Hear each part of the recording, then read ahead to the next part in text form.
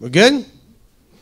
All right. Shabbat Shalom, everyone. Shabbat Shalom. Awesome. If you'll all rise for the sounding of the shofar. You want to put the effects on?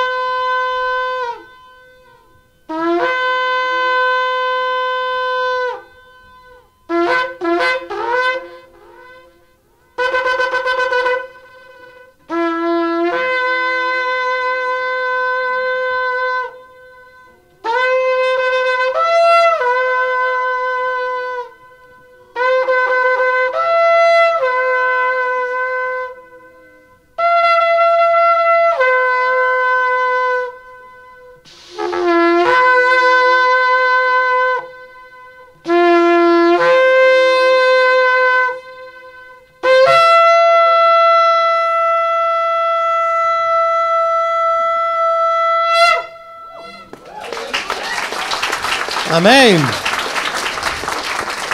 Amen.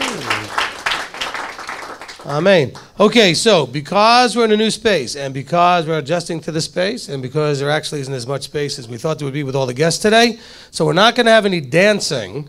Okay, so half of you want to leave now. I know. Oh, man. Forget it. We're leaving. So what we're going to do is we'll take out the 4 dancing songs. We're going to do the normal 3 songs that they do live and then the other 3 songs. And so we'll have the 6 songs as part of the praise, and then we'll go right into the prayer time after that, okay? So let's go ahead and sing praises to our King. Okay.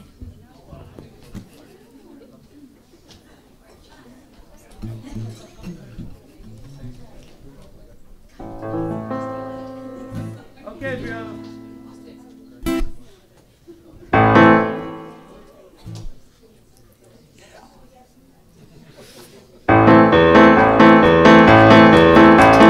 Shabbat Shalom. Hey.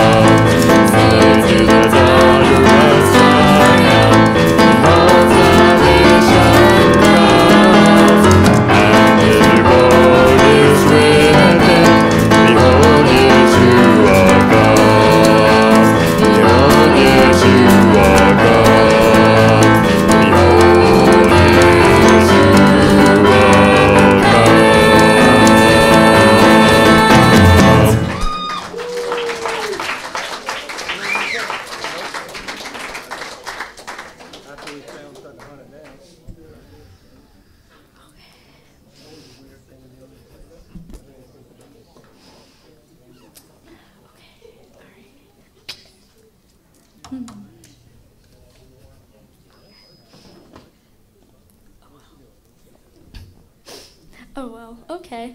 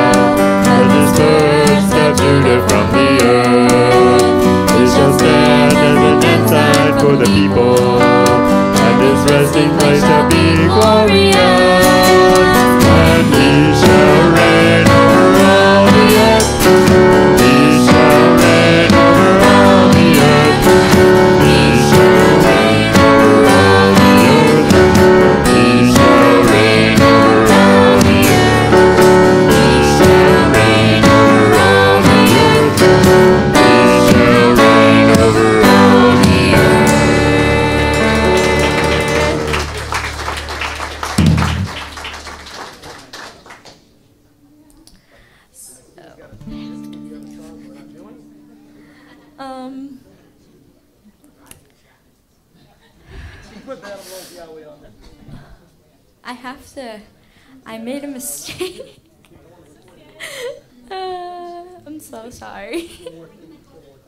Yes, I accidentally saved something that I shouldn't have saved in my keyboard, which I do all the time now, so. Well, I'm sorry. Okay. Okay. Oh, there it is. Okay.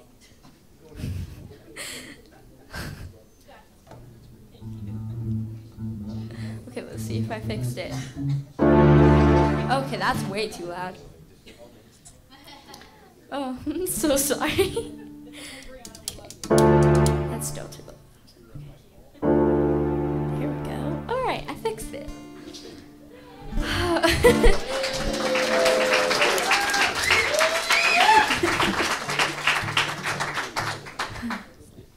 right.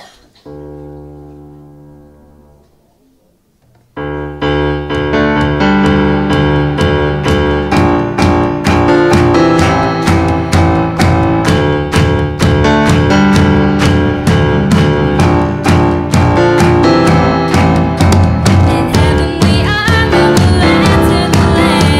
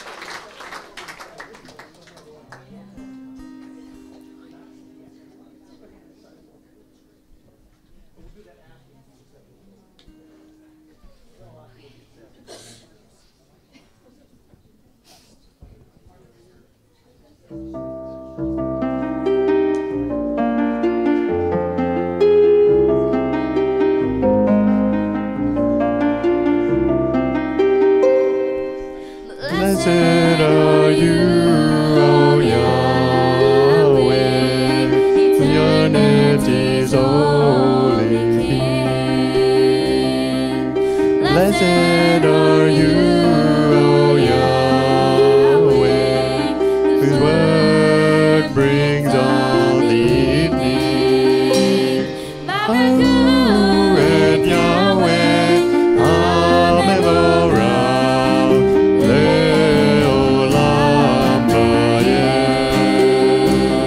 Baruch Yahweh, Hamevorah, Leolam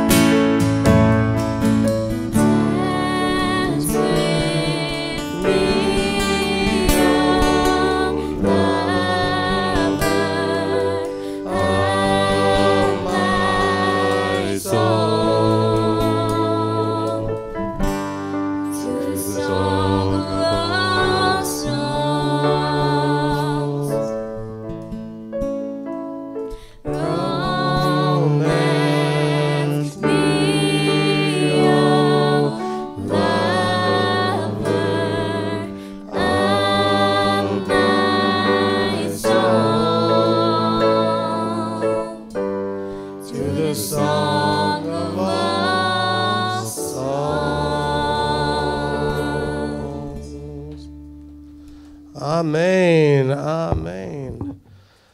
Avinu Malkeinu, our Father, our King, great Creator, we come before you on Shabbat, on your Sabbath day, a day that you set apart from the beginning of all time, from the beginning of creation.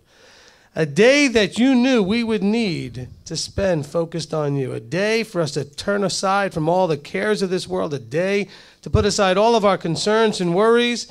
A day to completely rest and be restored and be revived in you. So, Father, we come here today to meet with each other, to meet with you, asking that you would lead all things, that all things would be to your glory and your honor.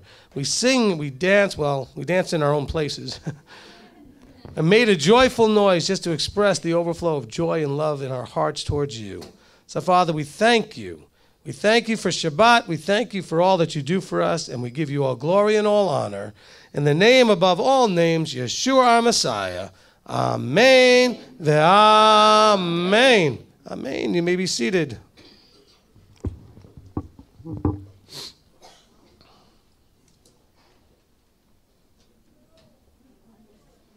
All right. Shabbat Shalom, everyone. Shalom. I have to get used to the new space. And also all the guests that are here. Wonderful. Welcome to all of the guests.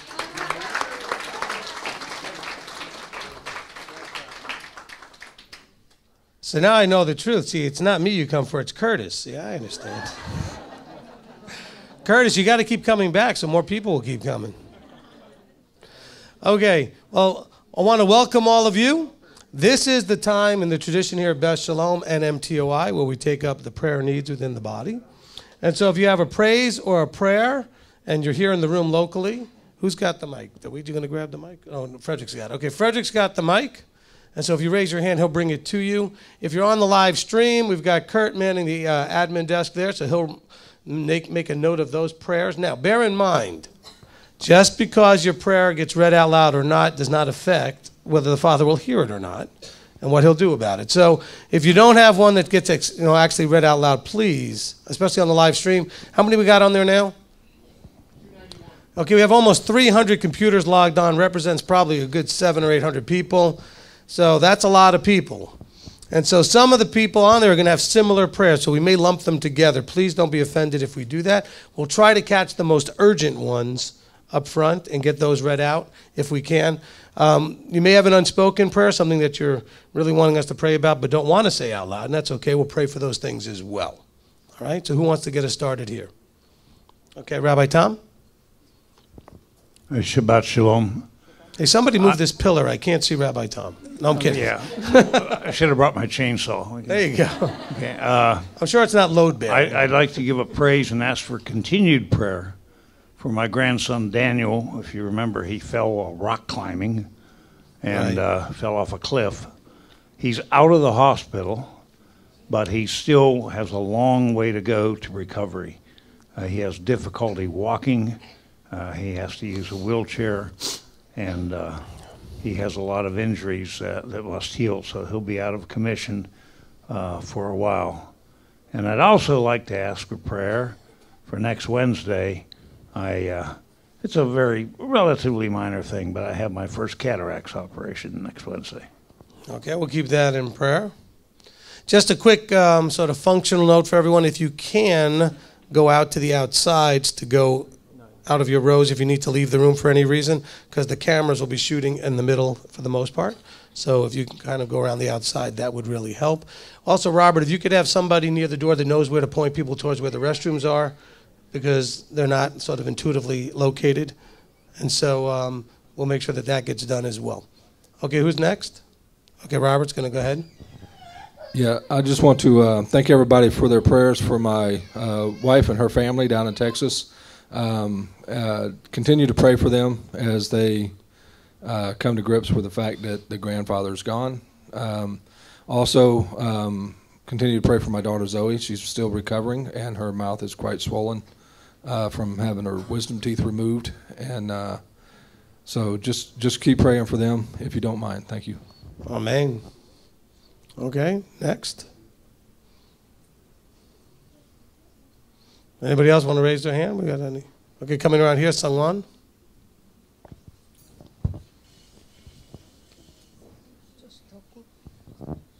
I need my husband side effect back again, so I need help to pray. Okay. Okay, so someone's husband's on some medication for his health situations and has had some challenging side effects, so we'll certainly pray for that. Okay, Daweed?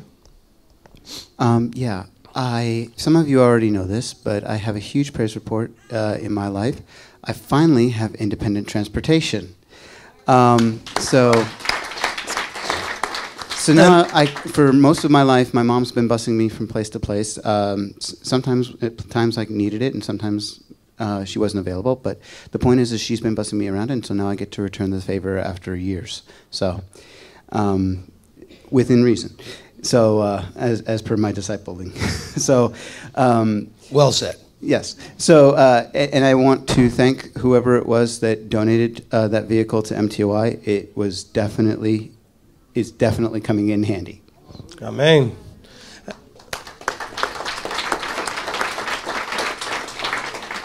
And all those of us who no longer have to drive you everywhere are praising as well.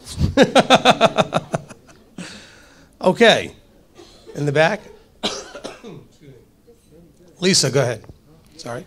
I just want to ask for prayer for my sister's daughters. They're just going through. Yeah, and Eliudad is too. Eliudad wants to get the mic. Yeah.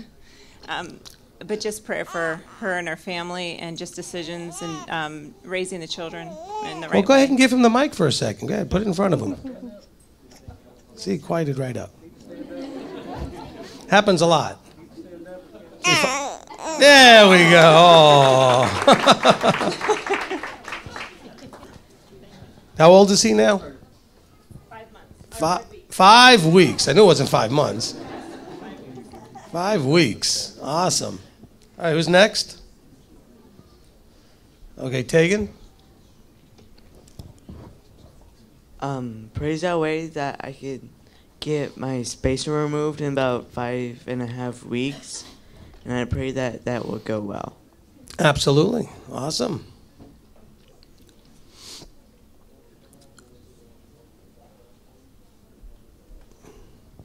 I just want to give a praise report for the Father bringing us from New York all the way over here and having Amy house us while we transition over to our apartment. All right, Oscar.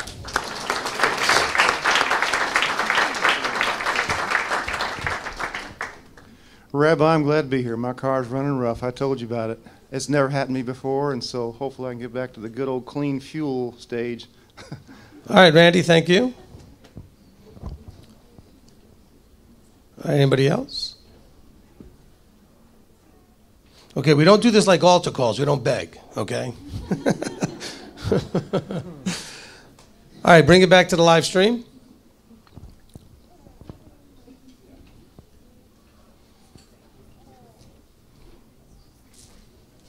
You know, let me have my folder that's there. Okay, go ahead, Kurt. All right, I got Rebecca Roth asking for prayer. My pain in my cervical spine has been out of control again, causing vomiting, awaiting surgery dates. Tom Stein, Abba, please heal Rebecca Roth from pain. Okay, so he's referring to the previous one. Linda Oster, praise Yahweh that my mother's eye surgery went really well. We praise Yahweh that he has opened our eyes to truth. Janice Schreiber, prayer please for my youngest son Daniel. He is experiencing health issues that are not pinpointed at this time. Also pray for his walk towards this way. Tiffany White, praise my back is feeling better after a month, and for his provision, M2I, and for Shabbat. Joni Schwartz says, Shauna Wilms, praise to the Father. I told my husband that I'm leaving the church. He took it better than expected, and you said that he desires my conviction. Thank you for all your prayers. Kelly West, prayer request looking for a part-time job, also some unspoken, and there are numerous unspoken prayers. All right, Colin Speak, this is a praise, says that Muslim Imam keeps on improving MPOI teachings to be sent and heard in a Messianic fellowship in a California state prison. M2I Lakeview prayer request, Gary, healing for my ear and loss of hearing and my back. Molly's prayer that her son Ken will call her. And see what's online. All right, Sharon Masters, please pray for my brother Billy, who is 75 and recently lost his wife. He has to sell the family house and move. He has a buyer for the house, so we are praying the closing comes smoothly.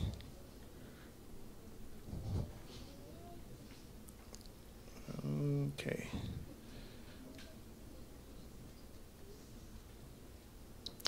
All right. Everyone here says, return to first love is the name, but may I ask for continued prayer for my sister Dana.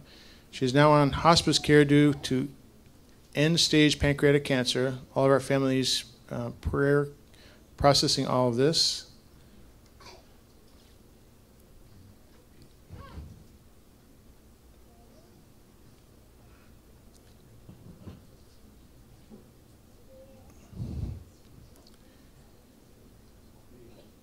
And that's pretty much it for right now. Okay. All right, so let me just add a few things myself. Well, first of all, I do want to put a big praise out there that I know you hear me coughing, but I actually feel like I'm getting a little better. It's mostly triggered by talking. I wonder how I'm going to fix that problem. See, when I'm not talking, I don't cough. All of a sudden I start talking. It's a breathing thing. It has to do with the way I breathe, I guess. It's triggering it. But I do feel pretty good, so that's good. I do want to put a big praise out there. We have all the babies are in the house. I see Glenna's in the back there with her baby. Yay. Hey, go ahead, stand up, Caleb. Stand up with the baby. There you go. Lisa, stand up too. We got all these babies. Look at this. Can you get you stand up too with yours? There we go. Look at those babies. Awesome. Okay, so that's just a beautiful thing to see. You know, look, I don't know about you, but I've been in a few congregations where at age 35 plus, I was the by far youngest person in the building. Okay? And so there's not a whole lot of future for that group. Okay? Because it's just going to age its way into nothing, right? Well, we've got a lot of new ones coming along, and we've got a wide range of ages covered. We cover all the way from the 70s and 80s all the way down to the couple of weeks. And so that's just fabulous. And so when you look out and look around, you realize, you know what, there is, if the master should tarry, there's a future. There's a hope and there's a future that will continue. So it's a beautiful thing. All right, so more praises and also prayer related to the same thing. So obviously you guys can see how wonderfully we don't really fit in this space. And that's a good thing. I almost wish it was smaller so you'd be more frustrated so that you put more money in the box and we'd figure out how to fix this housing problem. I'm teasing. So basically, the good news is that we do have this property next door. Daniel, yesterday, was able to get a lot of good drone footage of filming so we could show you what it looks like. Because I know that we have a property online now that you're all looking at, but that's the Boys and Girls Club camp that is not probably going to be purchased by us because it's over almost $1.6, $1.7 million, and we weren't able to get them to give us the terms we needed to make that work over a year or two period. And so this 25-acre property that's right next door to the MTY headquarters current place, is more in the $400,000 range and much more affordable. And we could start building on it immediately because I think we need a building. I don't know, just pull that out of the air. So keep in prayer. What we're looking for now is the right people to help lay out and the sort of from an architectural point of view, lay out the design of the property and where the buildings are going to go and lay out the buildings because they have to provide the bank with that kind of information to get the building part put into the purchase part so that we can put it all into one big finance thing. Now, I know a lot of you out there thinking, oh no, we shouldn't be borrowing. Look, relax, okay?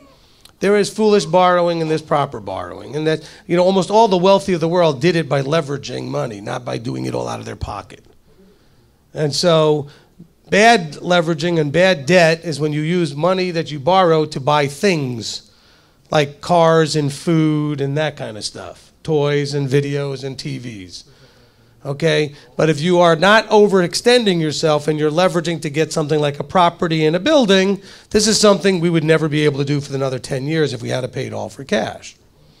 And so it's good leveraging, provided that the wisdom, and this is what you can pray for, the wisdom of the leadership is to understand what is more than we can chew. If we tried to buy the boys' club camp, that would be more than we could chew.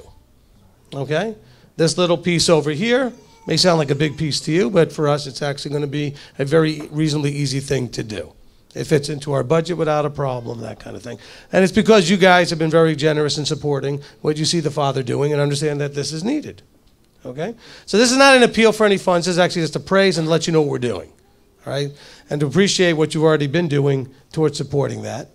And so we're hoping that what we're going to be putting on the property immediately, as soon as we can get it, will be a congregation / main meeting building for a feast site. So it's going to be a humongous building that can house, in a meeting space like this, about up to 400 people. It's going to be picture a long rectangular building is what I'm planning on designing. Okay? On one side seats 400 for a meeting space like this. On the other side is going to seat 400 with dining for tables. In the middle is going to be a huge commercial kitchen. The restrooms, commercial kitchen, lobby, entryway, and all that stuff in the center. So off to the left and right would be these huge places, so that when we do start doing feasts, which I'm hoping for Passover, so let's keep that in prayer. If we can get this thing going right away, and the property is, as soon as I tell them yes, we can start to buy it. We've already got that worked out. And so, so please keep that in prayer, so that if we can get this thing launched and started, we just might be able to do that, not in time for Sukkot, but in time for Passover. And so that would be the prayer. I'd like you guys to keep that in mind and get excited about it, because it's a beautiful 25-acre property, and Daniel's going to get some of that footage over to Marty. Together they're going to put things, into a little video that we could show you what this all looks like and how it's right literally next door to the current property we have. So we're next door neighbors to that. So we could actually join the two properties together, because MTY will own both. Okay? And then we'll have to keep in prayer the other 21 acres on the other side. Okay? Because really the 21 and the 25 touch each other with this little piece in the middle cut out. That's where we are now. Okay? All the rest of the properties are actually touching each other. I'm just a little piece cut out of the 21. So I guess that property used to be 23 and then cut 2 acres out to sell to the people who owned it before us. So please keep that in prayer, because I think that the wandering Israelites need to stop wandering for a little while. It'd be nice, because after all, we had the place we were prior to this for 6 years. Well, not prior like immediately, but the one before that. The last one we just had was for 6 months, and this one we're only going to have for a couple of weeks. And so we're still keeping prayer that we need some place for June, July, August. We'd like to find some place that will give us at least to the end of the year. So that we don't have yet. Robert has been, just scouring all over the internet, everywhere that we can find that could have a housing opportunity for us. Okay? And it's not easy to find a place that, we could fit in, because we're a fairly small group, but we're not really a small group. Easy to find a place for 20 or 30 people. Not so easy to find a place for 70 to 80 people, plus room for dancing and oneg and all the other things we do, right? And so those places end up being either way, way too big for us or way too small, and the ones that are too big get to be real expensive. And so let's just keep that in prayer, and that's a big piece of what we're doing. Big praise, we've got, for the first time ever, a guest speaker that's come in. So Curtis, stand up. Curtis Pip. He'll be speaking in a little bit. Okay. Of course, I had to wait till they got a lot closer than New Zealand to fly them over here, because I had to get them from British Columbia to here, which is a lot shorter. But this is the first time we've ever done something like this. So that's in all these years, to have a guest come in. So we're very excited about that. Okay? And again, I'm very, very excited to get to meet some of you in person who have only seen through the live stream or through emails or through phone calls, because a lot of you have come in from different places. I know we have some people here from Maine. Iowa? Yeah, up in the front here. Okay. Maine and Iowa. Where else do we have people in from? North Carolina. Okay? Dallas, Texas. How about them Cowboys? What'd you say? Redskins in Dallas, Texas?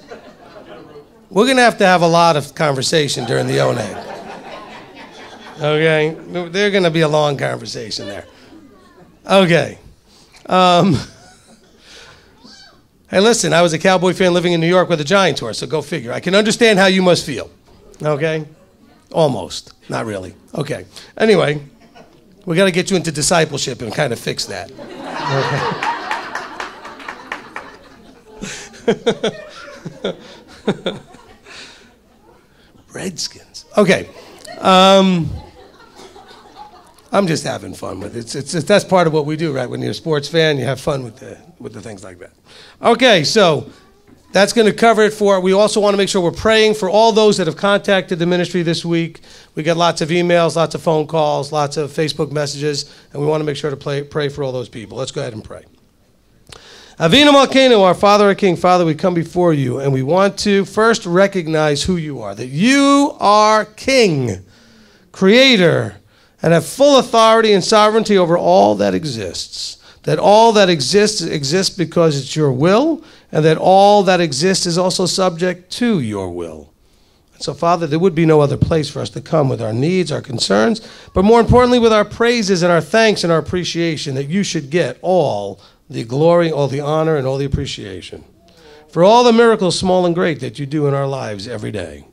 So, Father, we thank you, we praise you, we're giving you all the glory and honor, and we also come and lay at your feet our needs, our concerns, and we are fully aware that you knew before we ever said them what they were, but that you desire for us to bring them to you. We also understand that your answer, your response to our prayers, which we know and believe that you hear and answer prayer, but we know your response may not be the one we were looking for, but we need to understand and help us to understand that your response is always the right one. It's always the correct and right answer. So, Father, we just are humbled, we're moved and appreciative that we can come before the throne of the Almighty, the sovereign of all things, and thank you and praise you. So, Father, we do that now, as we do always, all things, in the authority and the name of our Messiah, Yeshua. Amen. Amen. Amen. Okay, Dawid's going to come now up and lead us in the liturgical part of the service.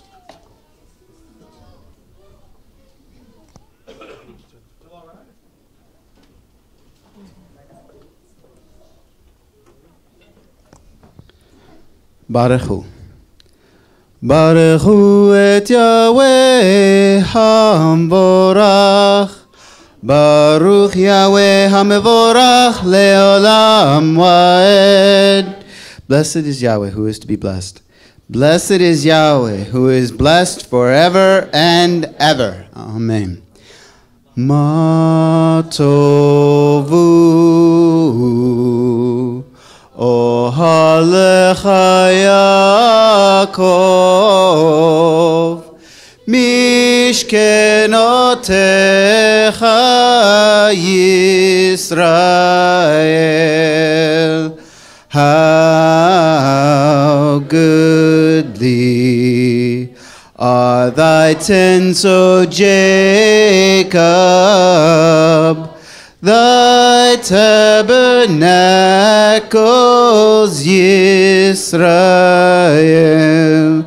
Ve'ani berov chazdecha avovetecha eshtachave el hechal kodshecha be'yiratecha. And in thy great compassion I will come into your house. There I will bow, there I will fear thy holiness, O Yah, O Yah. Shema. Shema Yisrael, Yahweh Eloheinu, Yahweh Echad. Baruch Shem Kavod Malchuto Leolam Waed. Hear, O Yisrael, Yahweh Eloheinu, Yahweh is one. Blessed be his name, whose glorious kingdom is forever. Ve'ahavta. And you shall love Yahweh your Elohim with all your heart, and with all your being, and with all your might. And these words which I am commanding you today shall be in your heart, and you shall impress them upon your children, and shall speak of them when you sit in your house, and when you walk by the way, when you lie down, and when you rise up, and shall bind them as a sign on your hand, and they shall be as frontlets between your eyes. And you shall write them upon the doorposts of your house, and on your gates. Ve'ahavta l'reacha kamocha. And you shall love your neighbor as yourself. Mi kamocha. Mi kamocha be'elim Yahweh. Mi kamocha nedar b'kodesh. Nora tehilot osefele osefele. Who is like you, Yahweh, among the gods? Who is like you, mighty in holiness? You are awesome in praise, doing wonders, Yahweh, doing wonders, Yahweh. Veshamru. Veshamru v'nei Yisrael et HaShabbat. לעשות את השבת לדורותם ברית עולם. ושמרו בני ישראל את השבת. לעשות את השבת לדורותם ברית עולם. ביני ובין בני ישראל, בני ישראל אותי לעולם. ושמרו בני ישראל את השבת. לעשות את השבת לדורותם ברית עולם. כי ששת ימים עשה יהוה, עשה יהוה את השמיים ואת הארץ. ושמרו בני ישראל את השבת. לעשות את השבת לדורותם ברית עולם. וביום השביעי שבת וינפש, שבת וינפש, שבת וינפש. ושמרו בני ישראל את השבת. לעשות את השבת לדורותם ברית עולם. Together. And the children of Israel shall keep the Shabbat, to make the Shabbat throughout their generations an eternal covenant. Between me and the children of Israel it is a sign forever, that in 6 days Yahweh made the heavens and the earth, and on the 7th day he rested and was refreshed. Amen. Amen. Okay, we're going to bring up the chuppah. Okay, children, wait until we get it set up.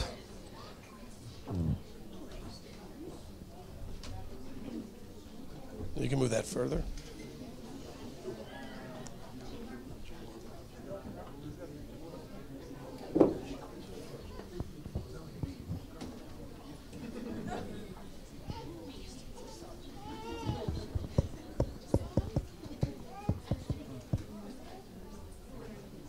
Well, careful.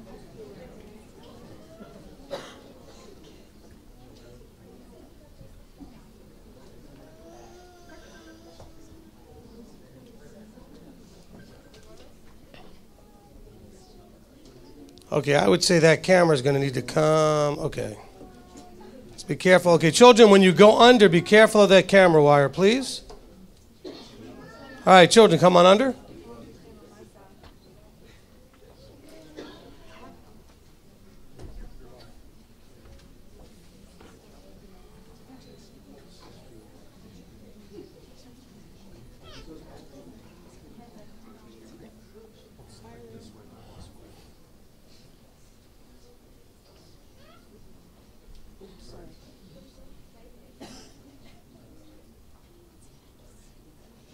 There you go. Well, let's get all the babies under there too. Get all those children.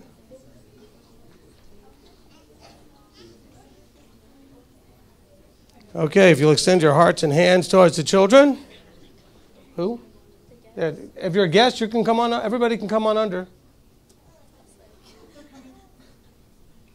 It's okay, children, come on under.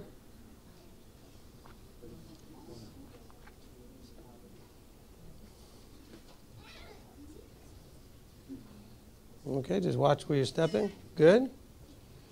All right, if you extend your hearts and hands and your thoughts and prayers towards these children. Avinu Malkeinu, our Father, our King. Father, we have separated out these children and brought them under this chuppah, a symbol of you as a covering that's been used for century after century. The idea of coming under a covering to be a symbol of you. And that, Father, that you would cover them every day of their life, every moment is our prayer. Father, that they would be separated out to you, that they would be kadosh, kadosh lecha, holy unto you. That, Father, they would have a relationship, a deep and abiding relationship with you. That, Father, that they would know that they know that they know that you are there, that you care, and that they can always count on you. Father, that you would help us who have this opportunity for this small period of time to raise them, to help to place within them a love for you and your ways and your word. That, Father, that we would raise them up in the way they should go and that they would not easily depart. And that, Father, they would grow to be strong men and women of Israel and lights in their community and examples of what it means to be called a child of the living Elohim. So, Father, we thank you. We thank you and praise you for these children and ask these blessings upon them. In the name of Yeshua our Messiah. Amen. Amen. Amen. Okay. Shh. Okay. Katan, A, and B, you're going into the cafeteria area. Gadol, you're staying here to hear the guest speaker. Be careful as you walk out from under that you don't trip over any of the wires. Now, Gadol, after the services are over, make sure you see Rabbi Tom. He has a take-home exam for you to bring with you home today. Okay, again, all Gadol children, make sure after services to see Rabbi Tom. Okay, if you're a guest, we have Katan A is ages 5 through 8. Katan B is 9 through 12. We have a Torah portion related class for them, and it'll be outside here in the cafeteria. Gadol is ages 13 to 19. I think it would benefit them to be here for the guest speaker. The rest of you may be seated. No, he's not going to probably need that. I'm not either. It's okay on this floor.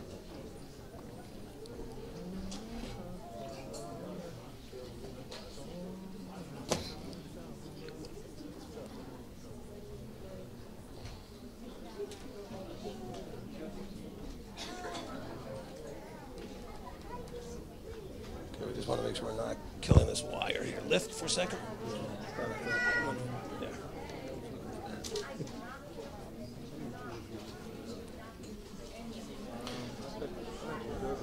Okay, because I'm going to still use this until we bring him up here. So.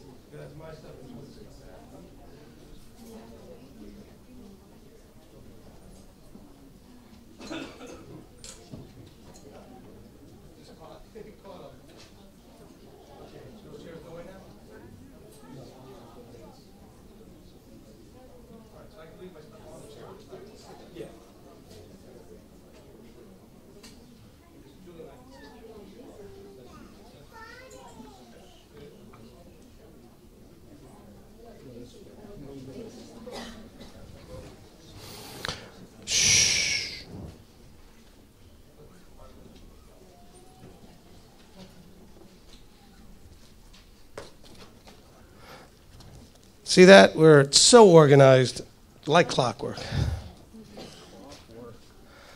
Awesome. Okay. Uvayom hashvi. No, I'm sorry, that's the wrong page. Okay. I just wanted to see if you were awake. All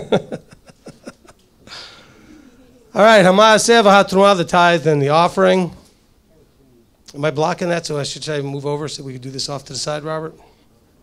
Like I'm standing right in front of that. Yeah, we could go ahead and move you to the side and make it see that.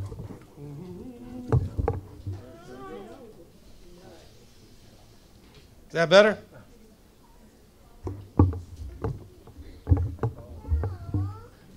I didn't have to put my headset on today. There we go. We good? All right. Hama'aseh v'hatrumah. See, I'm having trouble with my speaking today. That's why it's good we have a guest speaker, because I'm not speaking well, so it's okay. The purpose of tithing, as we understand it, is to teach us to always put Yahweh first in our lives, as well as to show how much we appreciate his abundant blessings. Blessed are you, Yahweh our Elohim, King of the universe, who commanded and made promises to us concerning the tithe and the offering. May you open up the windows of heaven and pour out a blessing that cannot be contained as we walk in these mitzvot. Amen. Okay, so we do not take up a formal offering. I know we're on an Adventist campus, which means that you're expecting 4 offerings, but or something like that.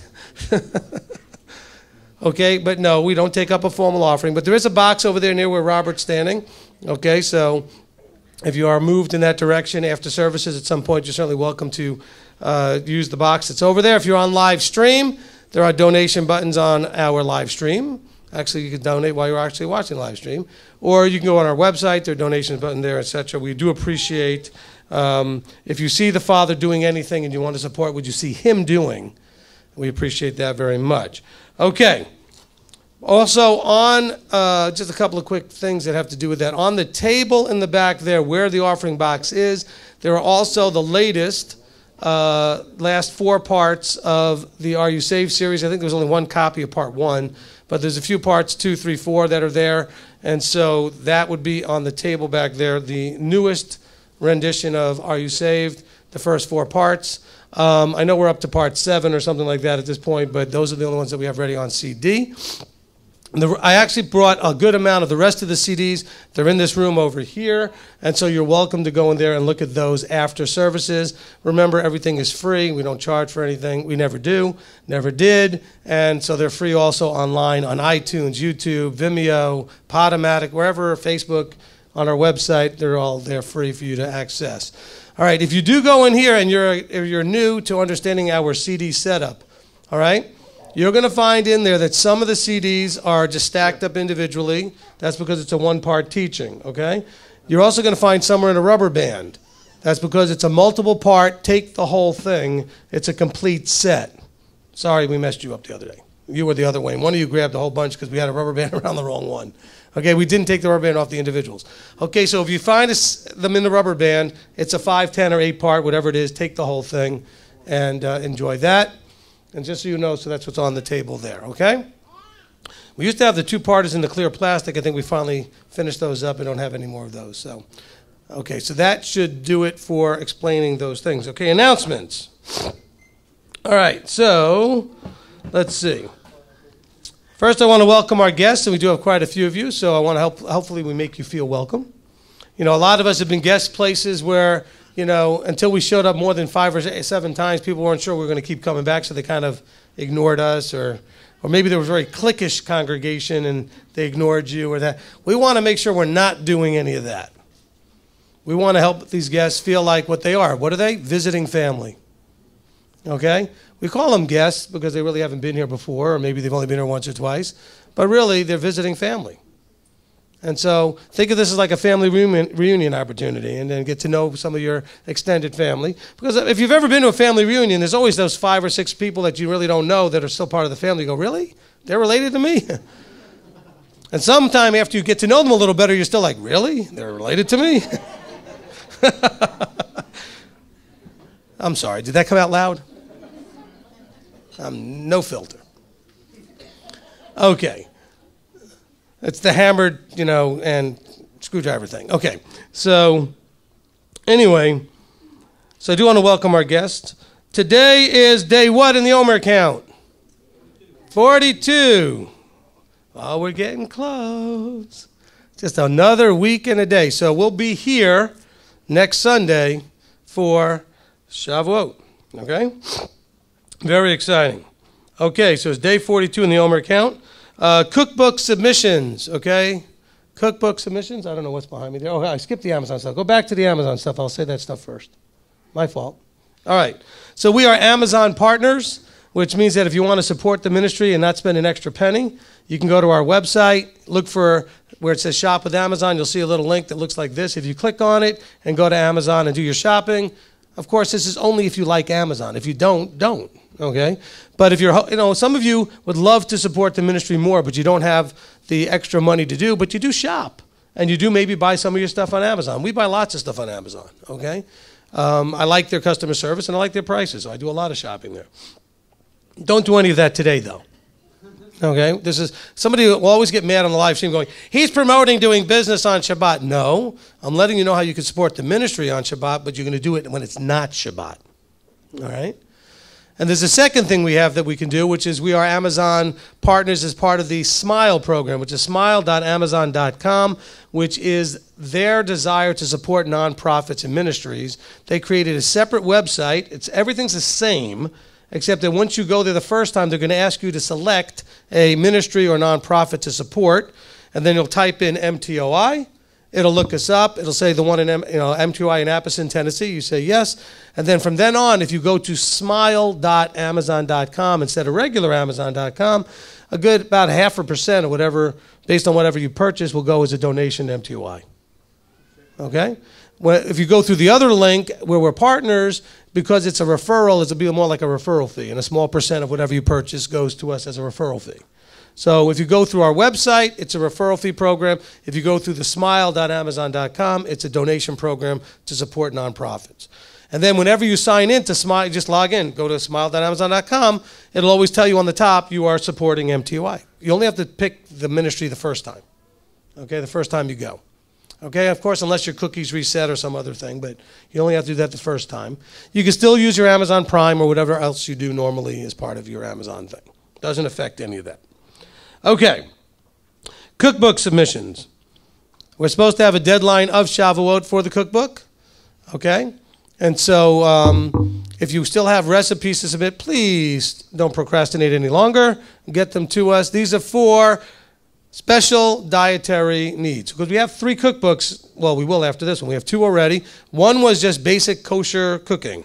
So it had a lot of great understandings of what decides, what is kosher, what's not kosher, what ingredients are okay. And then had wonderful recipes. The second one was feast-related, the Moedim. So we had all kinds of recipes for each of the specific celebrations and feasts. Okay? So this third one is going to be for special needs like gluten-free, vegetarian, vegan, diabetic, those kind of things. All right? So if you have recipes for that are wonderful, please submit them. Remember, we are not looking to republish somebody else's. We can't. But if you have something that was published somewhere that you have adjusted, tweaked, or made your own in some way, you can submit that. Because a lot of us are not making original recipes, but we are making recipes that someone gave us that we've altered in some way. All right? So let's go ahead and do that. And so we want to have that cookbook coming out here in time for the fall holy days. So we want to get all those recipes in. And so I think the deadline we had intended was Shavuot. So if we don't have enough recipes, we may extend that, but it looks like we are starting to get close to the number we would need to make the cookbook. So please consider doing that. It's a blessing to many of you. All right. I don't know about you, but some people have, the one complaint I keep getting is that people are eating through the cookbook and they're gaining weight. Okay, so that's, the recipes are good. I said, well, you don't have to eat everything in the cookbook. It's a reference guide, okay? Calendar stuff, upcoming events. All right? So the first thing we got coming up here is our weekly Torah study. Okay, that's every Tuesday night. We just finished the book of Vayikra, the book of Leviticus, so we're excited to going into the book of Numbers, and that will be starting this Tuesday night. Okay, on Tuesdays we do the Torah portion that would be for the following Sabbath. Okay? So that would be the one that we're doing on Tuesday. That's 8 o'clock Eastern Time. Also, because Tuesday is Rosh Chodesh Sivan, we will be doing a Rosh Chodesh service at the beginning of the study. Okay? At the beginning. So I know some people, I won't call you out by name, but some people will come about an hour late to the study because they don't want to sit there through the readings. They want to be there for the discussion. Big mistake. Big mistake. Because you will not get what you would normally get, which is the inspiration while hearing it read to something, an insight you didn't know before, or a question you didn't realize you wanted to ask, or something will always come up. Look, I've done this probably more than any of you. And I listen and I still write notes. And I still come up with thoughts that say, oh, I didn't really see that piece together this way before, and I put a little note down. So don't think, well, just because you've done this many times, you can skip the readings part. It's what the Ruach will do during the readings part that you miss. Don't take that away, that opportunity that the Spirit can give you to inspire you with something or to stir up a question or something while you're listening and reading it with the group. Okay, this will happen, I promise you, if you will be open to it. So don't miss that. But if you are someone who normally skips that, you will also miss the Rosh Chodesh service. We're going to do that first because we want to do that before sundown, because normally Rosh Chodesh services would be done the evening before when it first turns to the day of the first of the month. But that's on Monday night going into Tuesday. And so since we already have a convenient way to get together on Tuesday, we're going to kind of capitalize on that and do it while it's still Sivan 1. Okay, Rosh Chodesh. All right. Shabbat service location reminder, we are going to be here for the rest of the month. Okay, we're going to be here for next Sabbath, the one after that, and also for Shavuot. Okay, we're going to be in this building for all those things. All right? Now, I don't know how that's going to work in terms of dancing. We may have a challenge with that for the next couple of weeks. But like I said, keep in prayer that we find a place that's suitable, that we can start in June, with June 2nd is the first Sabbath in June, that we can go forward through June in a new place. And hopefully it'll be a place we can stay at least until the end of the year, if not until we can get our own building going. Okay? Which I'm hoping to have maybe by April. Okay? Let's see what we can get done. All right. And then lastly on the announcement is the picnic and mikvah, which will be at Chester Frost State Park. Okay, that'll be on Sunday, July 8th. Okay, so that's the weekend after July 4th. And I know some of you may want to come for that. The place is probably from here less than a 20 to 30 minute drive. It's not that far from where we are right now. Okay, and it's a beautiful park setting. The water is almost always very warm, easy access to get in and out of the water, and to do the mikveh there. It just works out really well. We've done it there now for 3 or 4 years, and it's worked out very well. Some of you are going to ask me this question, so I'm going to do a preemptive strike here. You're going to ask me about what do I need to do if I want to go in the water? Well, you already did the first step. You want to go in the water. Then what you need to do is go online and get the 8 declarations. We will start bringing them with directions to Chester Frost Park probably when we get to June. Okay? But you can go onto our website. Type in the little search box on the top of the homepage of mty.org, type in mikvah declarations, and it'll come up as a PDF. And you can go ahead and look at that. Once we put the Sukkot page up, which hopefully will also be in the next week. By the way, just so that everybody knows, we are going to be at the same place we were for Passover. Okay, we have that worked out. So when we put the Sukkot page up here in the next week or so, then on that page will also be the mikveh declarations, so you can download them. It's 8 declarations. All you need to do to go in the water and have me be the one presiding over it is be okay with those declarations. I've never had anybody not be, so it would be surprising if anybody was. But if you have a problem with it, please tell me, and we could talk about it to understand why you might. But these are the things that we do as part of our way of doing the mikvah. There, by the way, there's nothing in Scripture to tell you how to do this. We know that John did it, but it doesn't tell us how he did it. Okay? We know certain things we see from archaeological, digs and things, of what the mikvah, space looked like, but really doesn't talk about how the actual implementation of this was done. So this is what I believe the Ruach gave me to do many years ago, and so we do these 8 declarations. So as long as you're good with that, all you need to do is show up ready to go in the water, have your 8 declarations paper with you. I'll have extras, and be wearing something that you can go in the water and be modest about. That's all. Of course, you may want to swim as well because this is a park. It's meant for swimming, and a lot of people will be swimming as well. So you may be wanting to wear something that you can go in the mikveh and then also swim, because after all, it's going to probably be a hot day like it is today. All right, and this is, this is our beginning of summer's I think it's our 3rd or 4th spring since January. We've had like 3 springs already, and then winter again, and then spring, and then winter. But today's going to be around 90, so it definitely feels like we finally got winter done with, so that's good. I don't want to speak too soon, but hey, it's already May, and we're almost into June here. We're like the middle of May. We should finally be done with that winter stuff. All right, so that's going to do it for the announcements. Let me go ahead and reset here. So we're up to Are You Saved parts. Oh, no, wait, we have a speaker.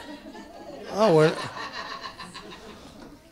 I was all ready to do Are You Saved Part 7. I actually brought it with me. So, it's funny. Yesterday, because I'm so used to the routine of it, yesterday I did my normal Friday routine of getting ready for today, which is where I take my notes out for Sabbath, go and review them again just to make sure any tweaks that have to be done or whatever. Got it all ready, and I was all finished with it, printed it out, stuck it here in my folder, and then I was like, oh, that's for next week, which is good. I'm ahead. But I know I'm still going to review it again next Friday because he'll give me some new other tweak anyway that'll happen. So, all right, so let me go ahead now and clear this off. We're going to reset, and I'm going to introduce our speaker.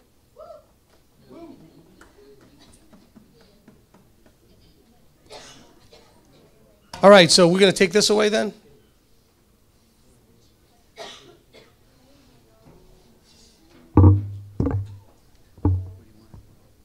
Let's just get it out of the way completely. I don't think he's using it. So, no, just grab an end of it. I'll go left.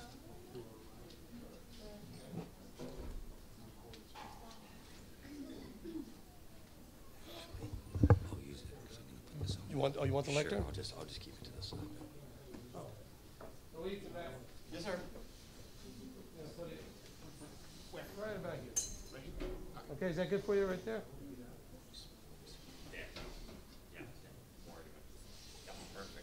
All right, then your coffee's going to go downhill. Just keep going. All right, just tell me when to stop. Tell me when to stop. Okay. All right? Because your coffee will slide down this way. You're going to put it on there. So that's put it on the shelf. You put it on the shelf? Okay. Okay, now we're not doing guest speakers ever again. It's way too complicated. This is just way too complicated. I mean, we didn't start yet. We just had a problem getting the lecture in place. Come on, the lectern, I mean. So there we go. Is that going to work for you? That'll work. Perfect. Does that work for Marty, though? Marty's he in a good place there? We'll move this. Does that work?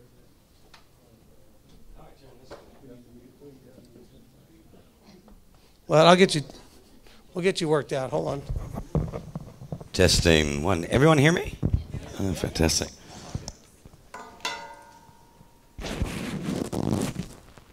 That is not facing right. See which side that way. Turn this way.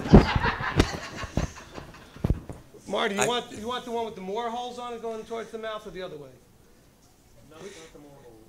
He gets in my face normally, but it's never this intimate. So. You hush. I can't even stick this thing back on.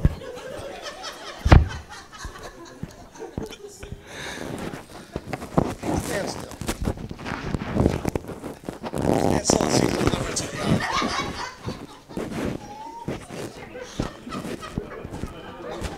Okay. Does anyone else go through that? I'm doing this because now this way nobody will want to be a guest speaker.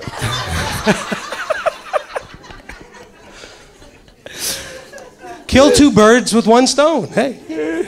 I better make sure this can work too. Is that working for you? Yeah, we good? Yeah. Now look, once he gets started, I don't want you thinking, oh, Rabbi ought to do this from now on. That ain't happening. Okay? Don't start expecting PowerPoint and fancy stuff. All right? You're getting Are You Saved Part 7 just the way you were supposed to. All right. So, I want to introduce to you my good friend, Mr. Curtis Reed. And so, Curtis, there you go.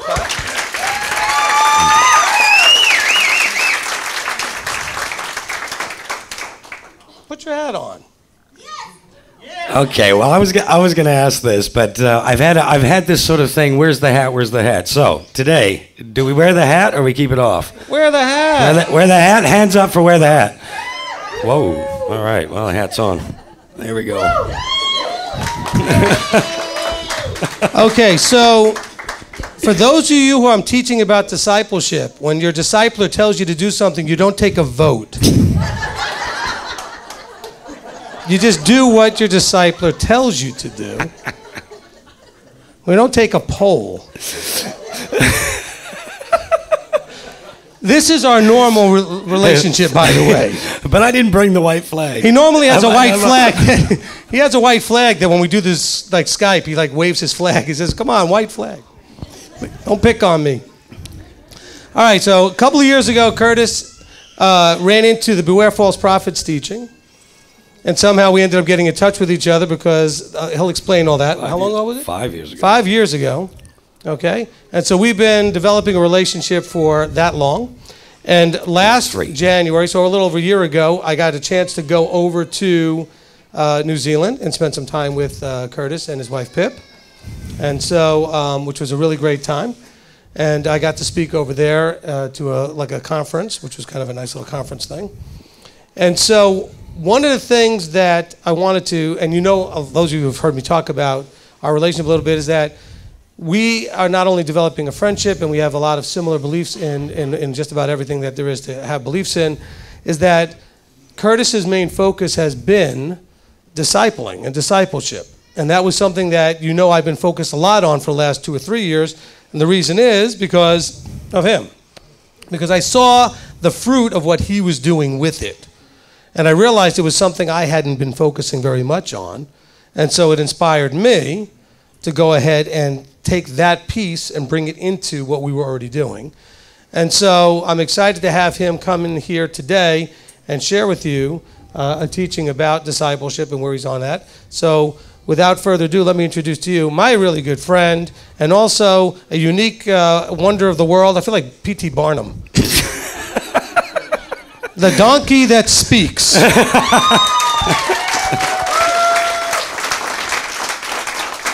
Wow. If I haven't been friendly or missed somebody or anybody who's come travel, we're going to have some nice fellowship afterwards and tonight. I've just been running around because, truth be known, I've been trying to figure out how to take a sort of 8-part series and give some sort of summary in an hour to give you a flavor of just some of the things we're doing, or more importantly, probably the why, and then maybe just a little glimpse of some stuff that's coming. But I know there's some people here that it's so wonderful to put some of the faces to names and that coming together and meeting people for the first time. And I can't tell you how much Pip and I have both looked forward to this leg of our journey. We've been out of New Zealand a little while now, and we're kind of getting a little weary, aren't we, Pip? But I have to say, this was a part of this particular trip that I was very excited about, and I know Pip was too. So we are indeed honored to come and be with you here, and I mean that sincerely. Steve and I have, we've developed quite a relationship over the years, and as he said, he's, in fact, long before Steve and I ever actually sort of fellowshipping and really connecting as brothers, I'd respected him as a teacher long before that.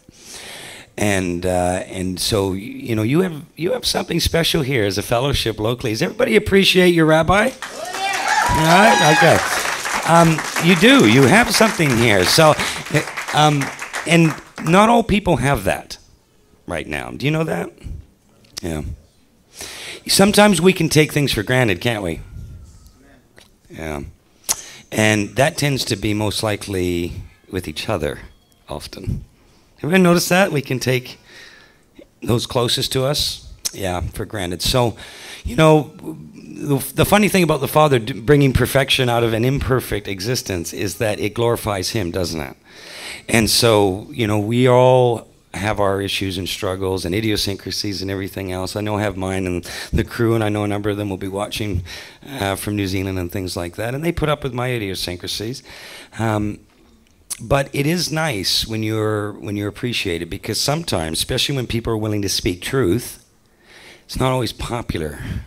Does everybody notice that we're not winning a popularity contest and we start to deal with matters of leaven in the house and all that kind of stuff? So I've appreciated Steve for a number of years, and I've learned much from him and his teachings, and I often say he's one of the best expositors that actually understands and accepts Messiah, knows who he is, in the Western world, in my opinion.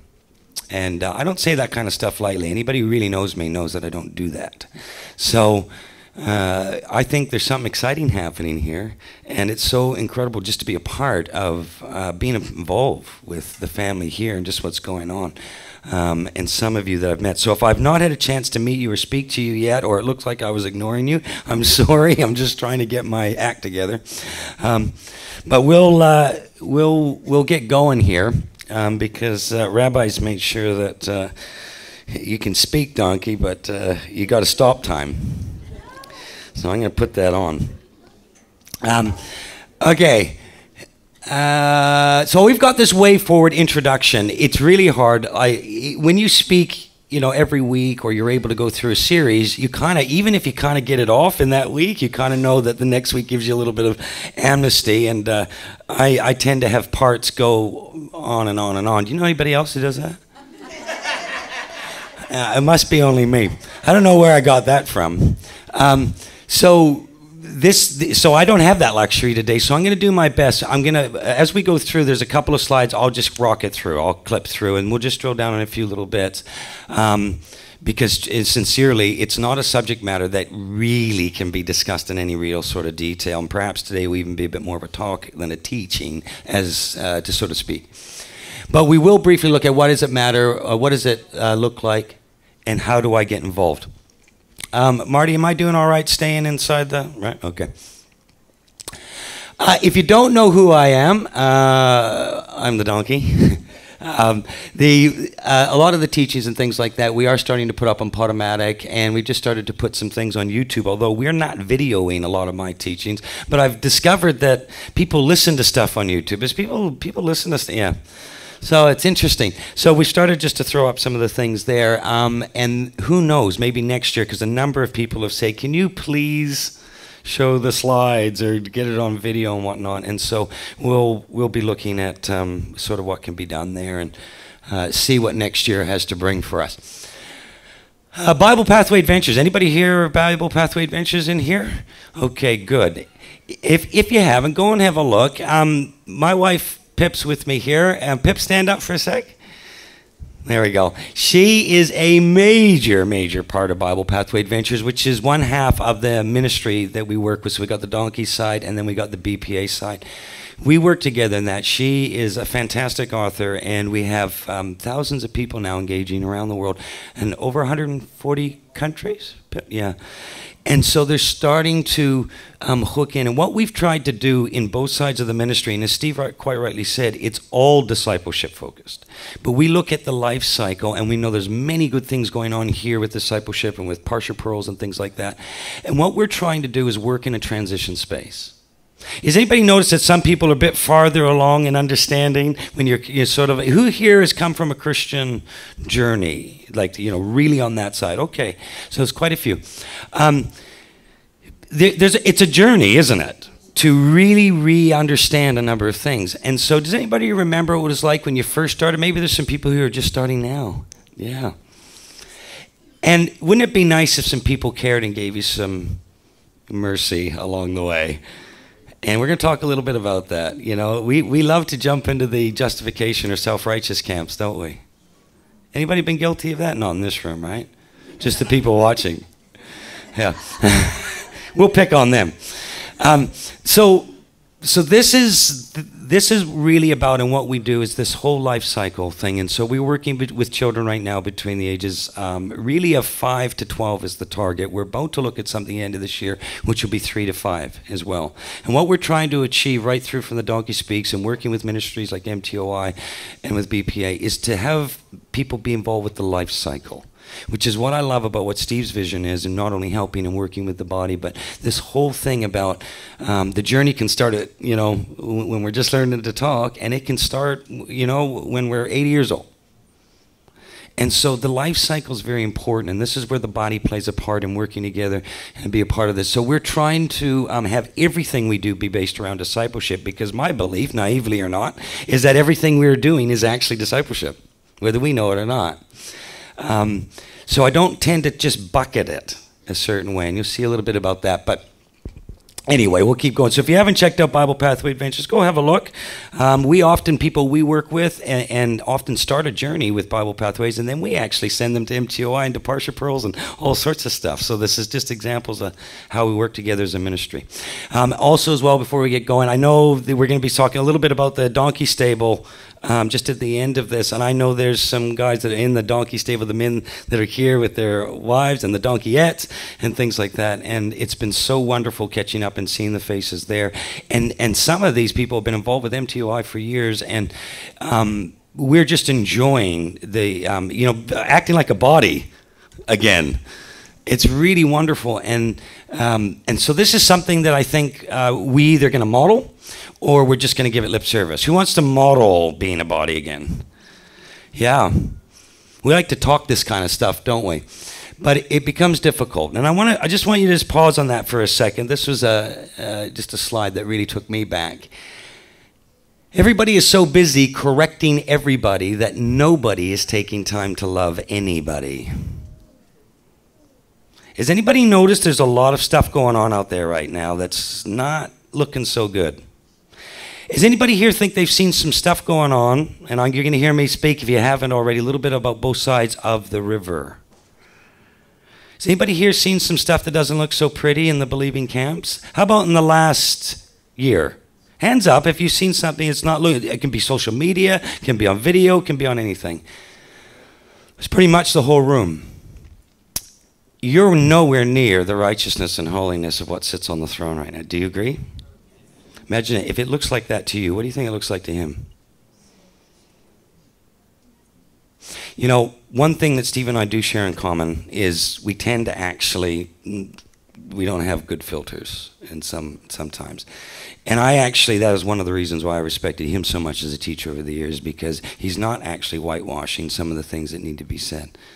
I need your permission to be able to do that, at least in some parts, as we look at this today. Is that okay? It's not meant to offend. It really isn't. Because everything that I speak about, and I mean this sincerely, I've probably been guilty of. Do you understand that? I speak from a place of what I got wrong, not what I got right. I'm sort of Ephraim coming in, and Steve's looking at me, my goodness, look at the state of you, man. And we talk about these two sticks coming together, don't we? Yeah, but oh, I didn't. I sanitized it, that one. I don't have a white flag. That's not fair. Okay. We got these singers. He's good at them, though. He's really good at them. I'm used to getting in the bang. Anyway, does everybody know we got an appointment before Yeshua? And no one's going to be able to fool him. Does anybody here think you're going to impress him with your knowledge? No. Do you think you're going to impress him with your righteousness? Your righteousness in his eyes, which is only a result of what he has done for us. You think about this. Is menstrual cloth before him. Whoa. That's your righteousness. What do you think the rest of it looks like? Hard to imagine, eh? We've got to stop playing these games. The question is, and we all know this to a certain degree, but sometimes it can take fire in our lives, a crushing, to get there. And we'll just speak a little bit about that. But we have a Messiah that's on his way, whether you live to see it or not. The appointment before him is there. Do you get it? So we are headed for this moment where the one who created us is going to stare and look into our hearts, and he's actually going to see a covenant that's there or not, and you're not going to be able to play a game. And apparently the ones that were trying to justify themselves on that day aren't in very good esteem. Read about it in Matthew. No more. No more justifying, no more words, no more I'm gonna, whatever it is. We can't fake a work that's going on in here. You know, we sing and reference the Shema and all sorts of things. And we should. Notice who that's to. Who's that to? Yeah. Is that to a piece of dirt?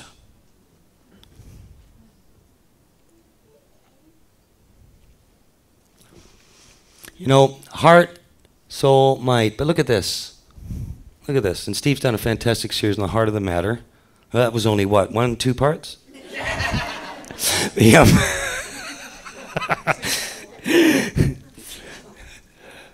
64 parts later, he's probably could still go and go and go. Because you know what? This one, the heart is desperately, and who can?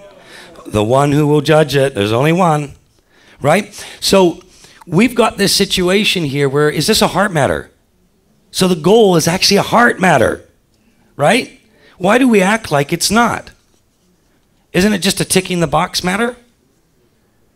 How about how right we get everything? How right you think you get everything and how wrong somebody else doesn't get it, right? Who's done that? I tell you right now, if your standard of self-righteousness is based on my righteousness, you're in big trouble. He's the standard, isn't he? So we got to figure out how to walk this together.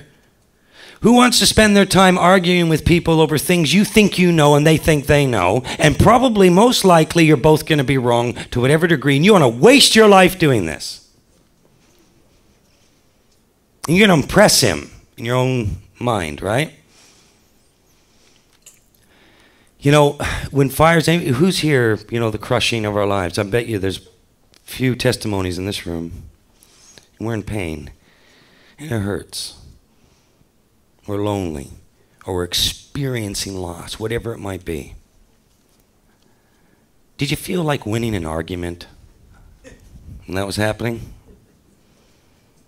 Pressing somebody? Telling them how righteous you are and how they're not? In that moment, is that where you were? That is a place where we'll find true teshuvah. Teshuvah. I don't know how to play around with this, because when you experience enough loss, and I did, when you experience loss to that degree, you don't care anymore about impressing anyone. Look at me, look at the hat I'm wearing, right? You just don't, you get to a place where it's like, I'm sorry. Now respecting and appreciating those serving, different ball game. But not impressing. I am what I am, and I'm a work in progress. I only have a right to be speaking to you because of a blood that's covering me right now. Do you understand that? And it is a real honor to see others who have traveled and come so far to be a part and been a part of my walk and my journey, encouraging me. And that is a lot of people in this room. I have the honor to serve right now. Not the honor to tell you how right I get it all the time. You want the truth, sir? She's sitting right back there. She'll tell you. Anyway.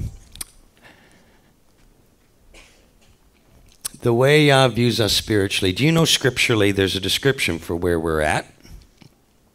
When we start this journey and going through this journey. Do you know he refers to us as children and sheep? That's the creator. You know, he's saying, you know what children are? Are they imaginative and hard of hearing? What about sheep? Stupid, fearful, and scatty. So let me get this straight. The one who loves us. It's his plan. It's his dream. He's doing his thing. He's brought us, invited us all into it.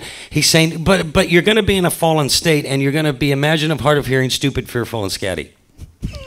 Makes Steve's job easy right now, doesn't it? How would you like to be rabbi in that situation? This is how the Creator refers to us.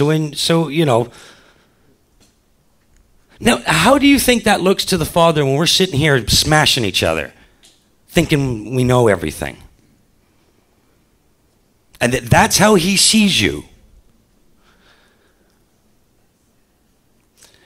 Isn't it kind of sobering to think what it might actually look like to him?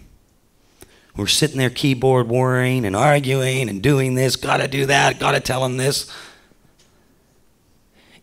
A world is dying out there, and we are either going to be a representation, a light of him, or not.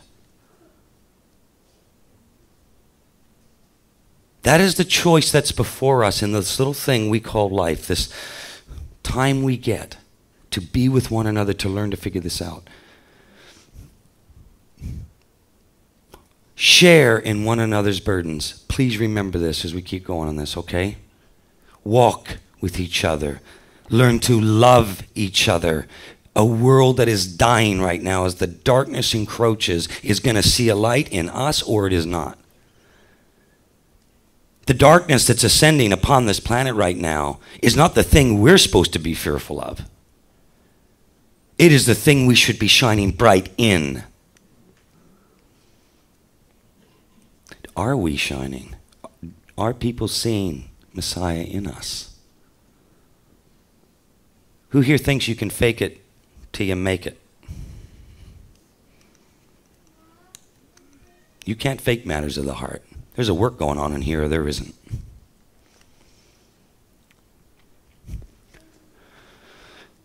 In this, though, however, when we go through, I'll talk about something called EAD, or emotionally arrested development. Everybody experiences this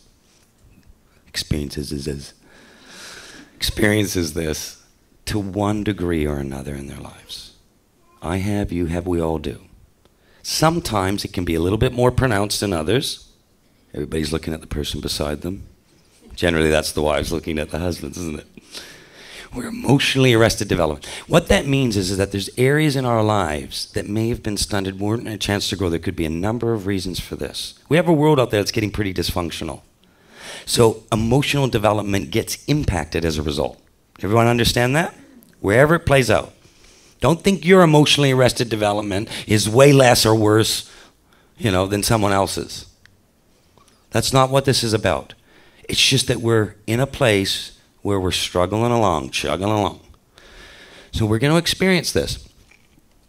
However, the Father is a hidden servant analogy, and in the fires and the forging of my life, he started to not only expose my own emotionally arrested development, but started to actually show me something I'd never seen. Forged in fire, if you will, some of the messages that are given here, because this donkey's a bit hard of hearing. Ask Steve, he'll tell you. You see, we sometimes need it. Now, that's an interesting message to try and sell to the unbelieving world. You'll let me, I'll use a euphemism with Rome at times. Don't worry, I'm not picking on just Romans as such. I'm using that as outside the camp, okay? Now, in this state that I'm in, we actually refer to, and everybody asked me, what's the donkey thing? So I'm gonna hit this really quickly up front. Does everybody think of donkeys as stubborn? Who thinks is that? We know. Do you think that donkeys have a good understanding, a good rap in the modern Western world? No, they don't. Yet the Father started to show me something. He started to bring the scriptures to life, and I started to see something I'd never seen. There was this creature that was appearing through helping the people of Israel and the appearances of Messiah all through Scripture. This donkey. What the heck's that doing there? Why did you choose this animal to be a part of helping the understanding and the assistance of a people called Israel?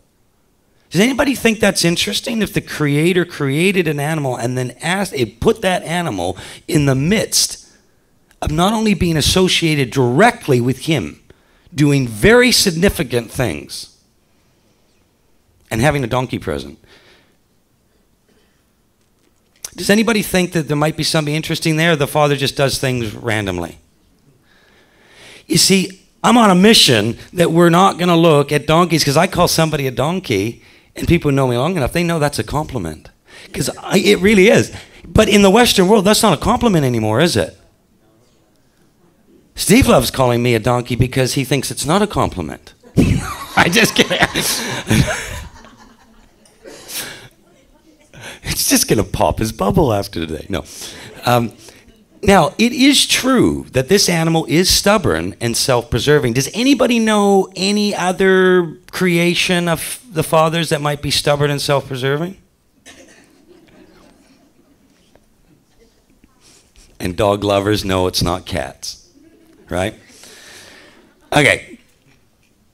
So, I just want you to have a look at this for a sec.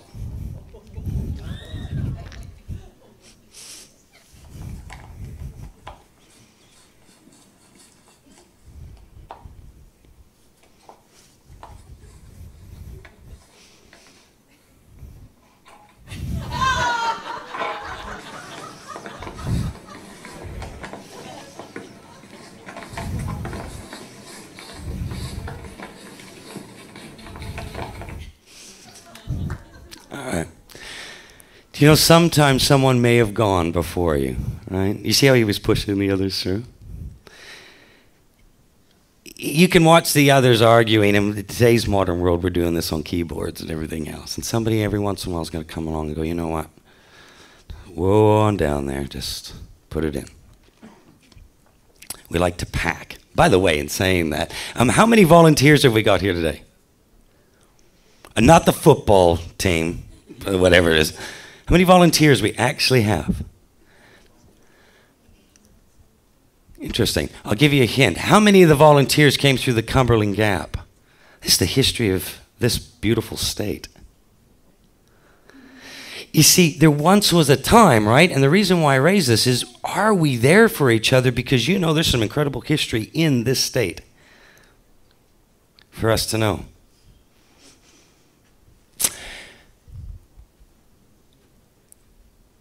Let's take a look at a few things. Donkeys have exceptionally good hearing in desert environments.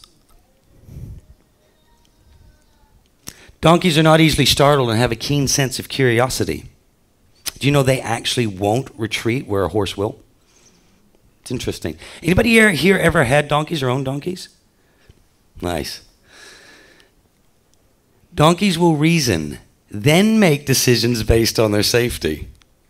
This is often why we think they're stubborn. Is it possible they could see something we don't? That doesn't mean they've read it right, but that's what you could be seeing.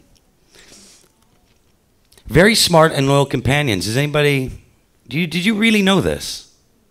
They actually are. We're going to look at that a little bit. Great peripheral vision and see well at night. Think of these things. Would this all be handy in a spiritual journey? Just keep thinking. Have a long lifespan, sometimes over 30 years. Well-trained donkey is easily ridden and handled by both women and children. Much easier than a horse. A little bit easier to get stuff on it, get stuff off it. Think about you're trying to bring out a people, a nation, hundreds of thousands, millions, potentially. And you're sitting there and you're going through and you need to have everybody mobile and functional. What creature would you need? Donkeys learn best by using words with actions to teach them, spending them time showing them what to do. Shema is to hear and... Donkeys are often used for working on narrow paths in vineyards, even to this day. Donkeys are stronger than a horse of its same size. Donkeys have an incredible memory.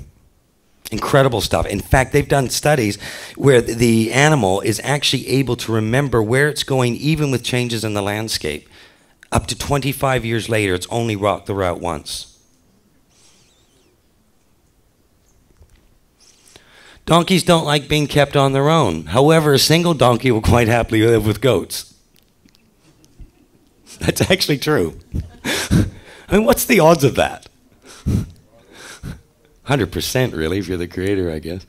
In ancient times, they were often used to protect sheep. Donkeys will protect and ward off an attack by a wolf or other predators in order to allow the rest of the herd to escape to safety.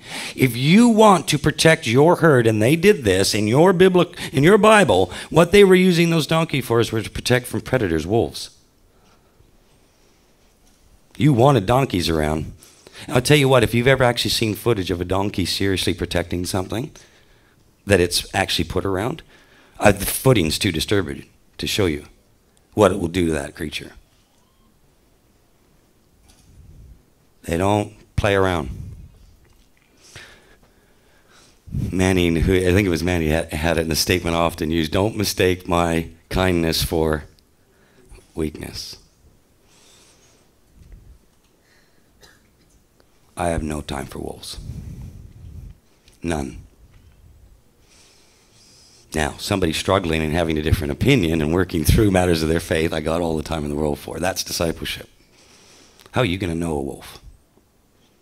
How are you going to be able to discern that if we don't grow up and mature? Right now, you've got yourself a good donkey.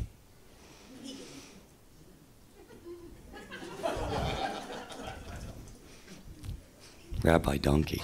I like that. No.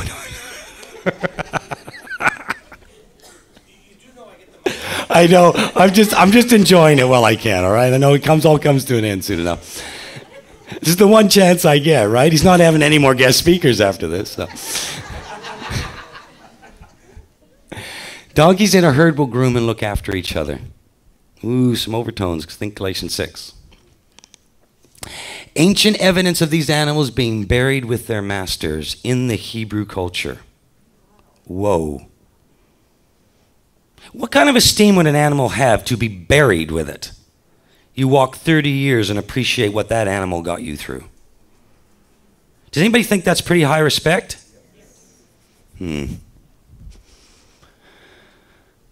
I came to the conclusion in my life that Yah loves donkeys. Will you receive that as a compliment? It's an honor. But we're not in the horse state yet. He announced himself in king on top of what? Yeah. He's coming back as the Lion of the tribe of Judah, and he's riding a horse.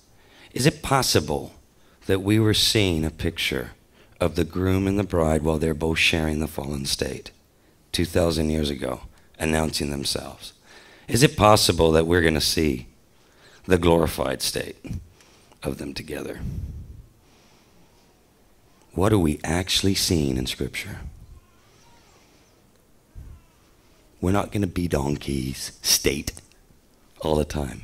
But I promise you, if we can just not think of ourselves something that we're not, and just get on with the business of growing and helping and learning and doing what he's asked us to do, then it allows me to do what I've been called to do, what Rabbi Steve has been called to do, what the people here that are working diligently to make this happen. Everything we do matters. We all have different things we're called to. Okay. So what is the servant donkey? So I just bring this to the year, the colt, the donkey, the male. So servant, leader, donkey. I like to say that in that phrase because I had to learn something. I just liked leader all the time. That one's easy, right? Everybody wants to be a leader in the body of Messiah, and the ones that generally tend to want to be that may never have been one before. Because I'll tell you, it's not fun sometimes. Does anybody know it's not fun? Do you want to see some of the things that people want to say? Yeah, they get just think about, I can tell you some of the things that he receives. Do you want me to read some of the stuff that I received because somebody's listened to a message from the donkey? You want to live with that? edify those who are serving, as imperfect as it is. Who here loves their rabbi? Then tell him.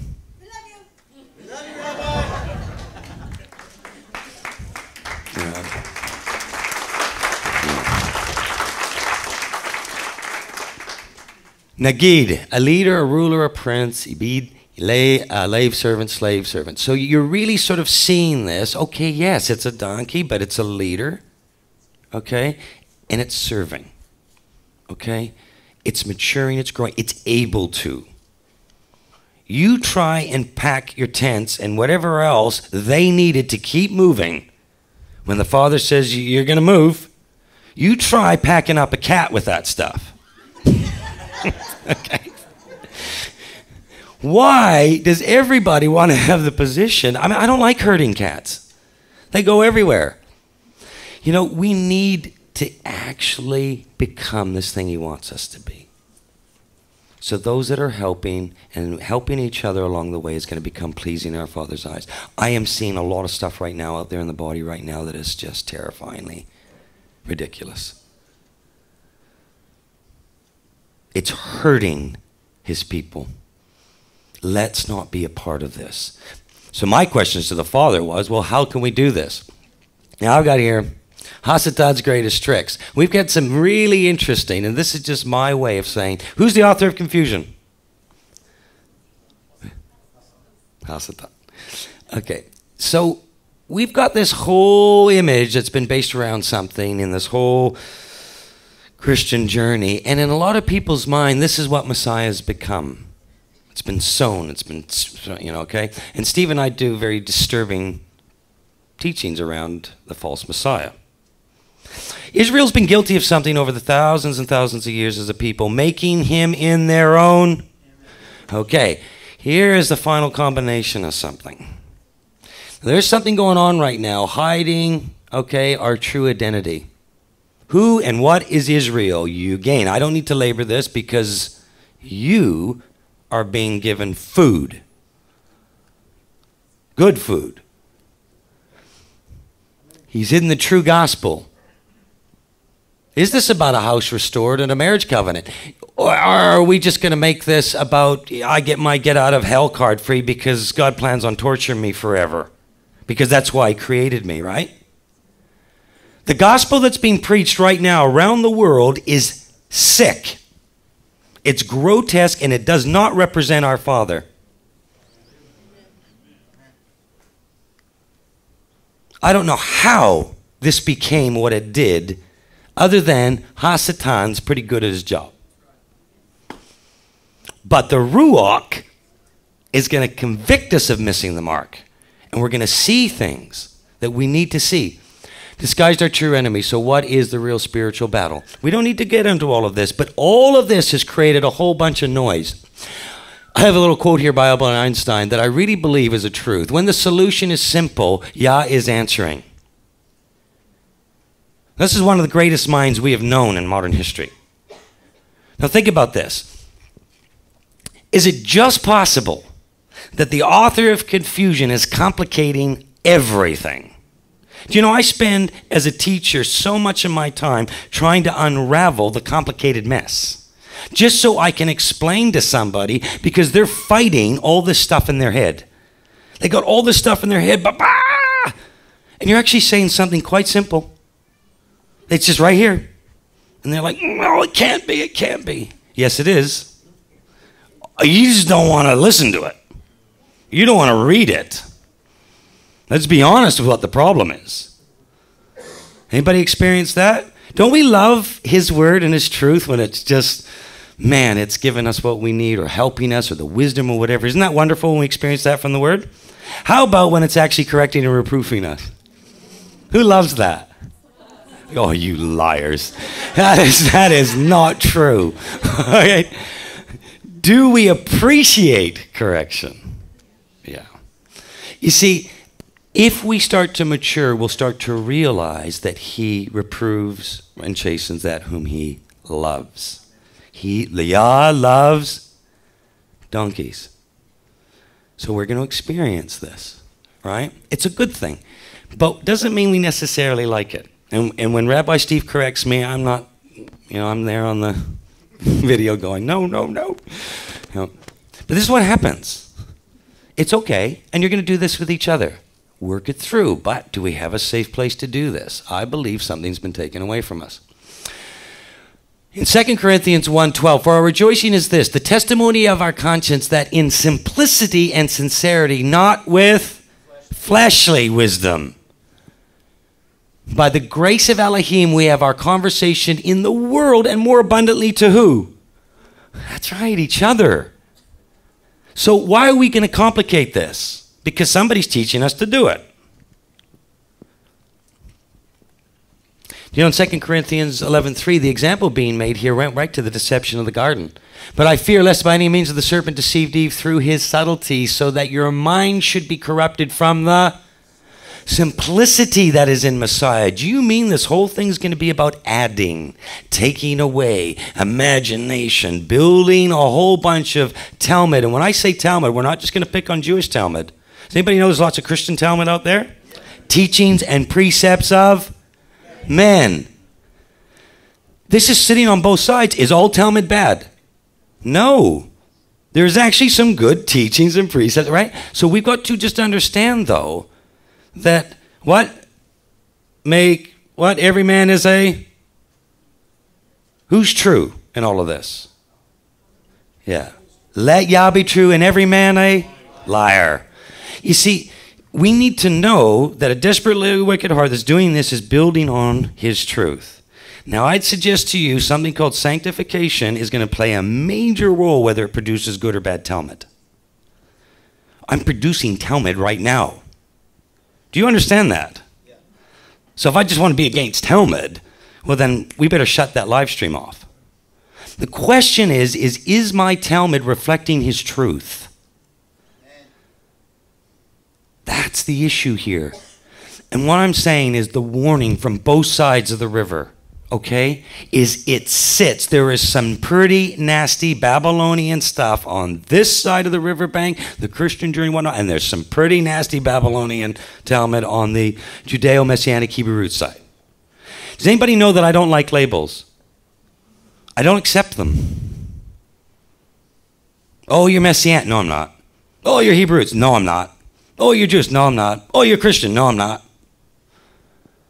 I don't think I'm taking any of these labels when I stand in front of the one who will judge the heart. Why am I accepting it now? Who's teaching me to do this? Now, that doesn't mean we can't identify ourselves in a way and understand something. Like, the Donkey Stables or Bible Pathway Adventures or M2I. That's okay to have that. But when we take that and place it above his truth, do you see where we could get in problems? If we're accepting something and then we start embracing some of the wonky Talmud that gets on both sides. That's the caution. So we've got quite a little thing to walk through, and the Father is saying you're going to need some servant leadership to help on that journey. That's all. Okay. 30,000 plus denominations. Just really quickly on this. Everything you can think of in the true Elohim of Abraham, Isaac, and Jacob is going to sit under one of these three things. Now, this is a big deal, and again, I've been having to strip everything down. But here, basically, is we have a replacement theology that is sitting in trying to understand our Elohim from a biblical perspective, where a literal issue is no longer relevant and is now spiritual allegory only. That makes up a big chunk of the so-called believing world out there. This is a house eternally rejected. You comfortable with that? Not what I read. How did we buy into that? How about this one? Separatist theology. The absolute vast majority of everything you will see in evangelical movements, charismatic movement, all that side of that, is actually affected by this. People in the land of Israel and the church are completely separate entities, both physically and spiritually. A house eternally separated. You comfortable with that? So we're not comfortable with a house eternally rejected, and we're not comfortable with a house eternally separated. Doesn't sound right, does it? Here's what's interesting, though. There's a restored theology, and his people are considered Israel. Now, I'm not saying there's not a land promised. I'm not saying, I have very good Jewish brethren right now in the modern state of Israel. So this is not what we're talking about here. What I'm talking about is that the Bible defines who Israel is. Do we agree with that? His word defines it. Okay. All right, not the United Nations, you know, in the last one of that. His word defines it. That doesn't mean Israel's not in the modern state of Israel. I have brothers there and sisters right now that I communicate with and love dearly. But we're not going to confuse these two things. Who's the author of confusion? Okay, would Hasatan like to confuse this one? Because, you know, if you don't understand what you're reading and what we call, or, you know, I guess the greater portion of the Tanakh and the Torah, what we call the Old Testament, if you don't know who Israel is, do you know that most of that thing's going to read third person? Wow. So we're going to take the word of Elohim and read it as if it was to someone else. My goodness. How's that for some trickery? This one's interesting, though. There's a covenant, and apparently his people are going to be restored through this covenant, made new through the shedding of the Messiah's blood, the wild olive tree being grafted back into the cultivated olive tree. Now this is, and again, I'm just trying to do this one, and believe me, we're really, really overviewing this for the sake of time. A house eternally restored. Which one in your spirit, because all of you can think of, that's out there in the religious Babylonian systems that are polluting and affecting everything you can think of, and what we call the believing world, is either going to fall under a house eternally rejected, a house, what? Eternally separated, or a house eternally restored. Which one sits right in your spirit?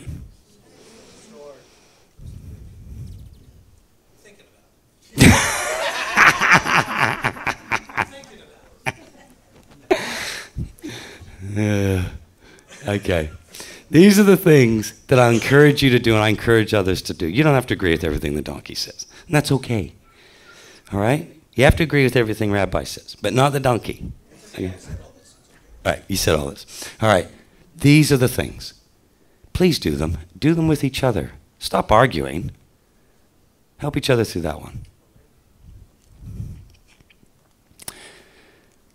Now, here's where it gets interesting. Hebrews 5:9. Although he was a son and learned obedience through what he suffered, and being made perfect, he became the source of eternal salvation to all who obey him, being designated by Elohim the high priest after the order of Melchizedek. Order in there, by the way, back in the Hebrew, is referring to the voice of the righteous king. Wow. Now let's think about this. We have an author of our salvation that's perfecting this process through your better life now. There's all this stuff. There's some stuff going on out there. This is going to become, are we here to sell something? Let's just keep looking at this. We have justification, sanctification, glorification. I'd suggest to you that our process of our salvation is being worked out on the sanctification plane of our lives, and it is where the sovereignty of man and Elohim is allowed to meet. It's called your life. And we need to figure this out. This is the bit we get to play in. We have the justification, the blood that's covering me right now that is allowing me this journey. I have we got the ultimate CEO with a mop in his hand. He didn't ask me to go through anything he wasn't willing to do himself, and at a much higher level. This is an incredible Elohim we have. So we keep on this process. I just want to talk about these 3 C's. The 3 C's of religion: convince, control, convert. Talk into, win over. Direct the behavior, cause a person to do what you want, to have the power over, to direct actions and function, and a person to act or function in a certain way. Convert, cause to change in form, character, or function. Now I'm going to suggest to you this, okay? That the religious world is operating under those 3 things. I see them in opposition to Scripture. That doesn't mean we're bringing chaos and we don't have leadership and we don't have structure. Oh, no. I'm saying that there's something going on here that is in opposition to Scripture. Who does the convincing in this? Does anybody know John is? What's the role of the Ruach? Conviction of sin, missing the mark. Instruction of righteousness, sound judgment. Whose job is that? Is it yours? Is it mine? Is it Rabbi's? You're not standing in front of me when this is over, nor him. However, we will give an account on what we did on his behalf. Please don't make life any more difficult than need be. These are things that religion does. And I'd suggest to you that somebody, our king, is saying, will I even find the faith on my return? Will I even find it? That's interesting. Does anybody interested why our Messiah would say, will I even find the faith? Does that mean there's going to be a lot of it? This is fascinating. But we have billions of people claiming they've got truth right now. And the Creator's actually going, I'm going to struggle to find the... So apparently there's going to be a remnant woken up that's going to start to actually get back, going to enter into a place of repentance, teshuvah, and start to go, you know what? Maybe I didn't get this thing exactly right. And I need to repent. We're on this journey to know whether we're in the faith. But we get this, willingly ignorant groups. I call them wigs. Now this is what we face. We face this along the way. Okay, anybody ever had this? I'm out of here. You're trying to share what the Father might be bringing into your life, maybe what rabbis taught, whatever is going on. He's doing something, and this is the reaction of somebody you love, maybe even somebody who claims to be a believer. Has anybody ever had that? That doesn't sound so good. I don't want to hear this. Yet you're trying to give them something. How about this one?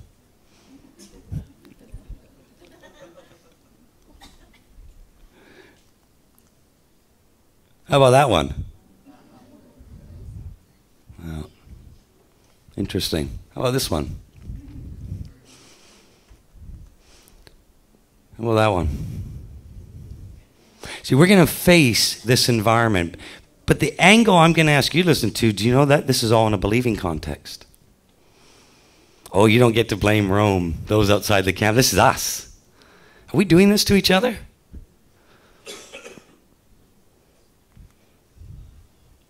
Steve and I often talk about these things.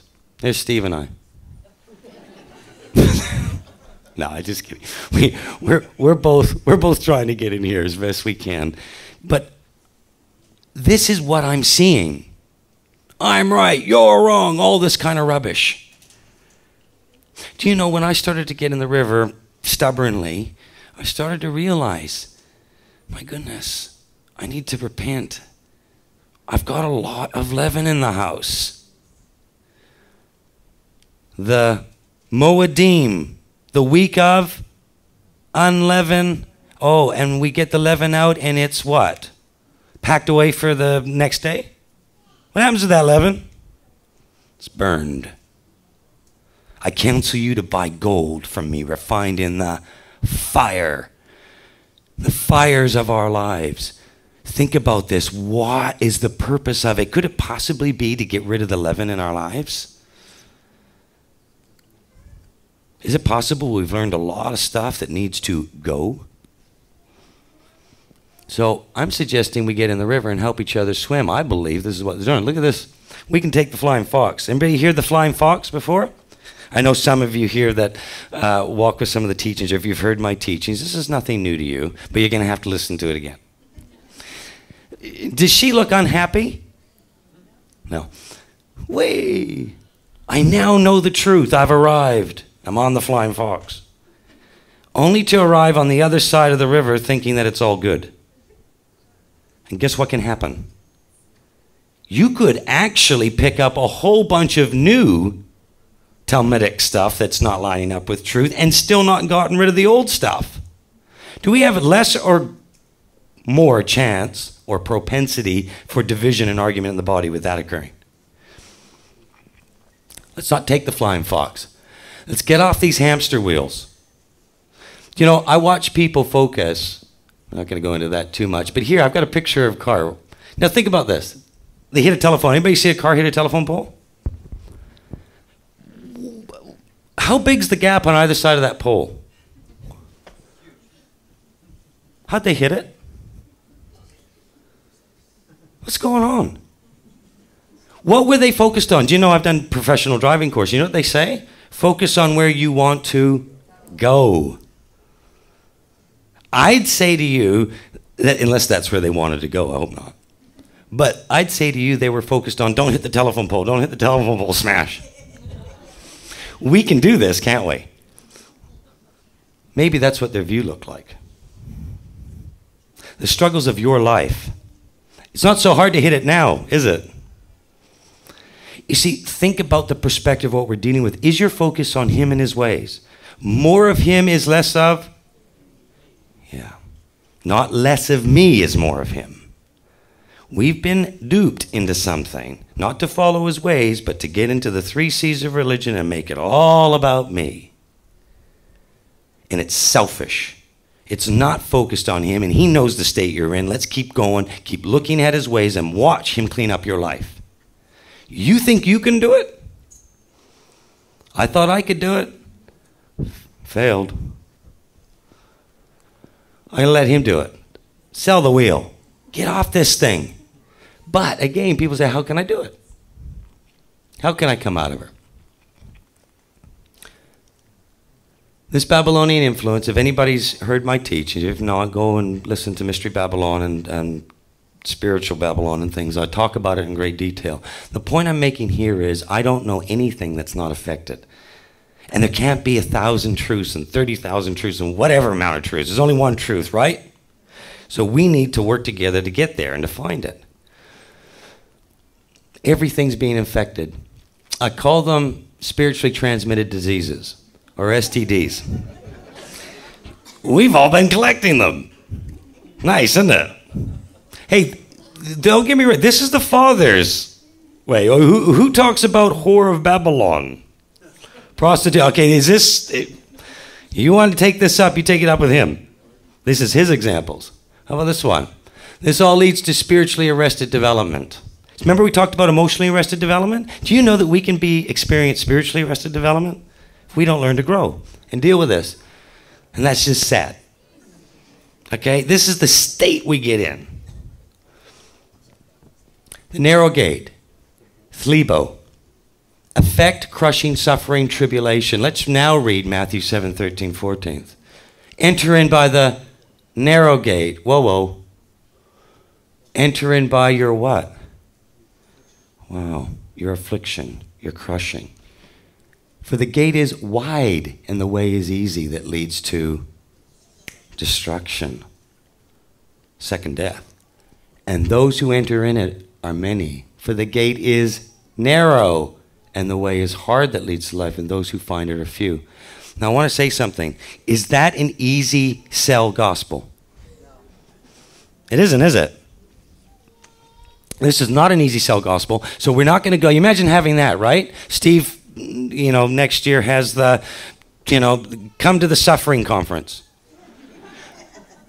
The true gospel, if we're honest with it, is a beautiful, beautiful thing, but it's going to require some refining. So you don't make a lot of money off of doing that, do you? Because you're not actually selling something that all of us are going, man, yeah.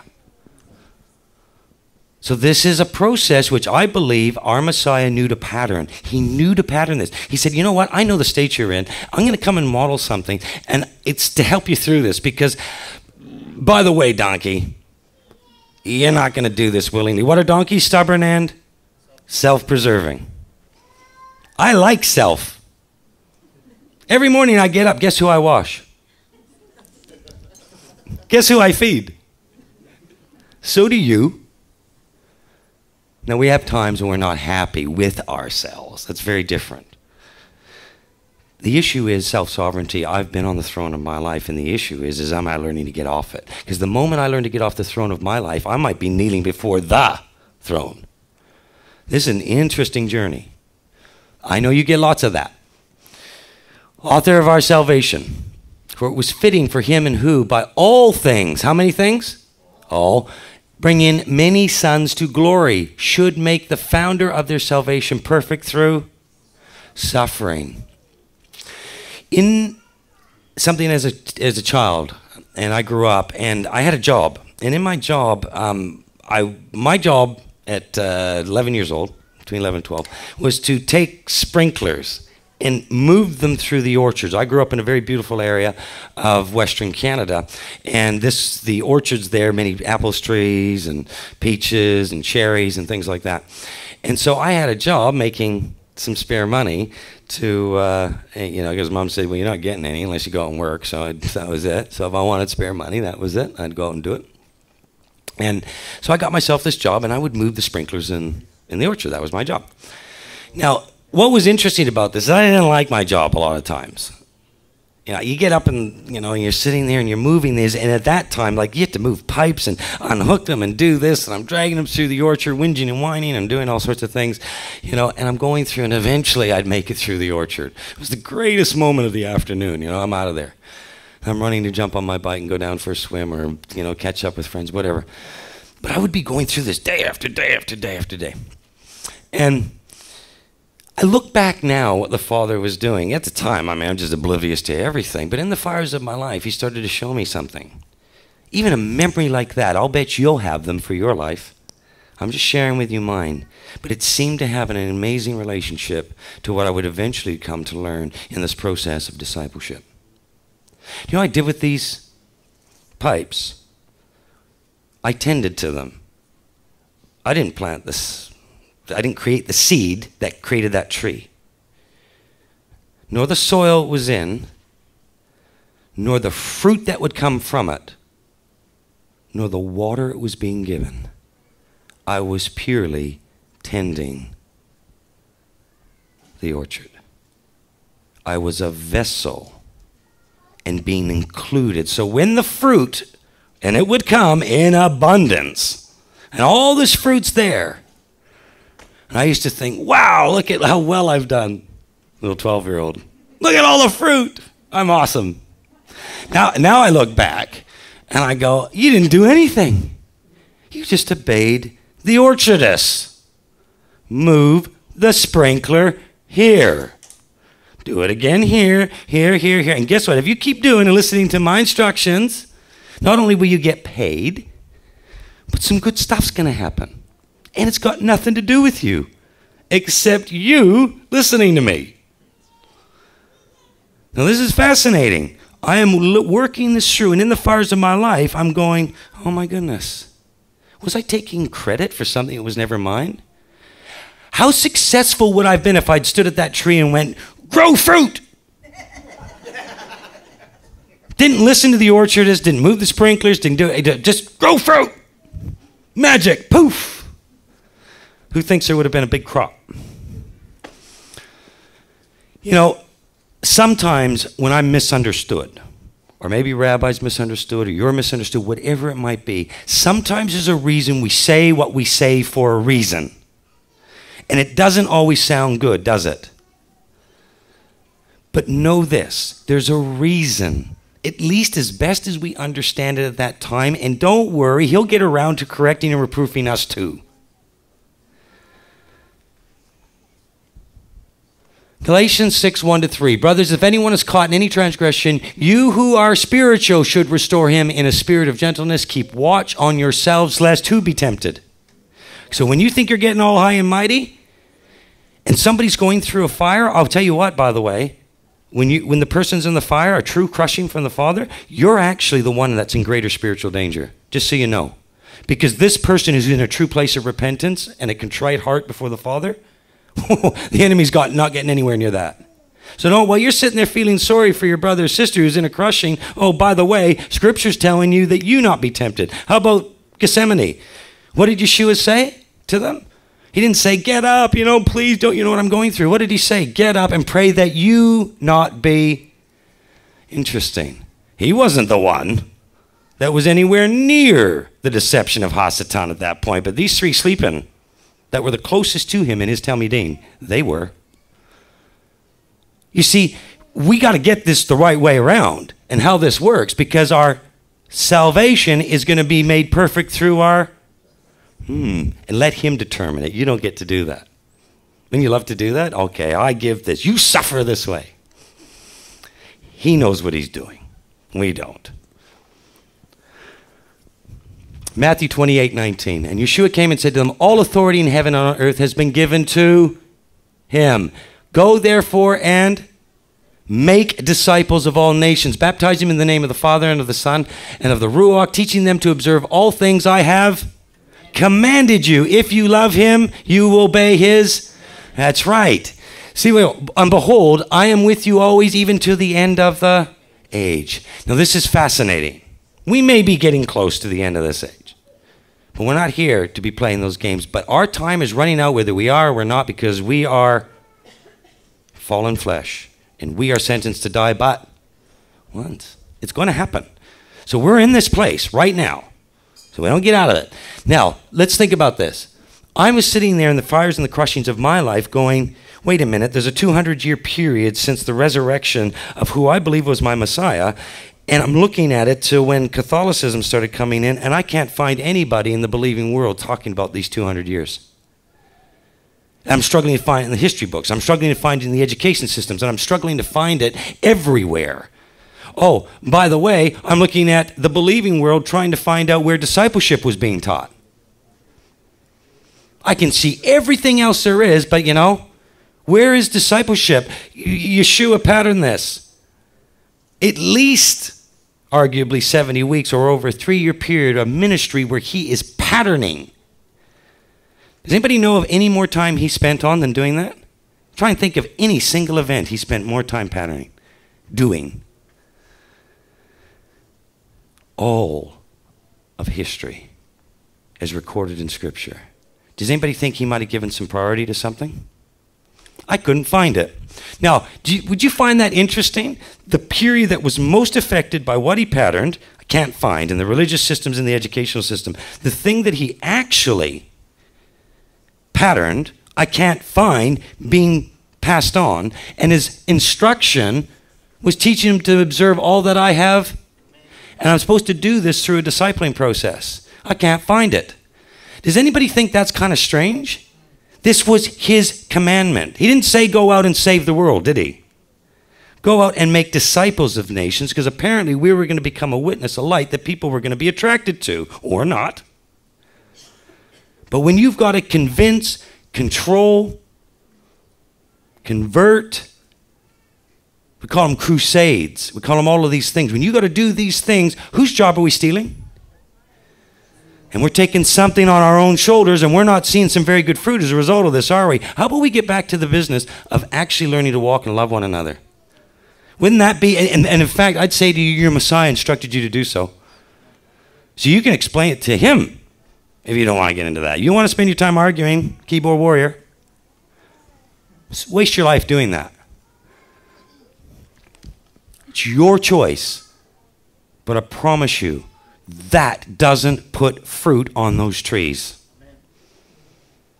And in fact, when Yeshua saw Nathanael, right? We spoke about that. I forget. We had a conversation the other night. Anyway, when he saw that fruit standing under the fig tree, he said, behold, an Israelite with no guile in him. In other words, an Israelite with integrity.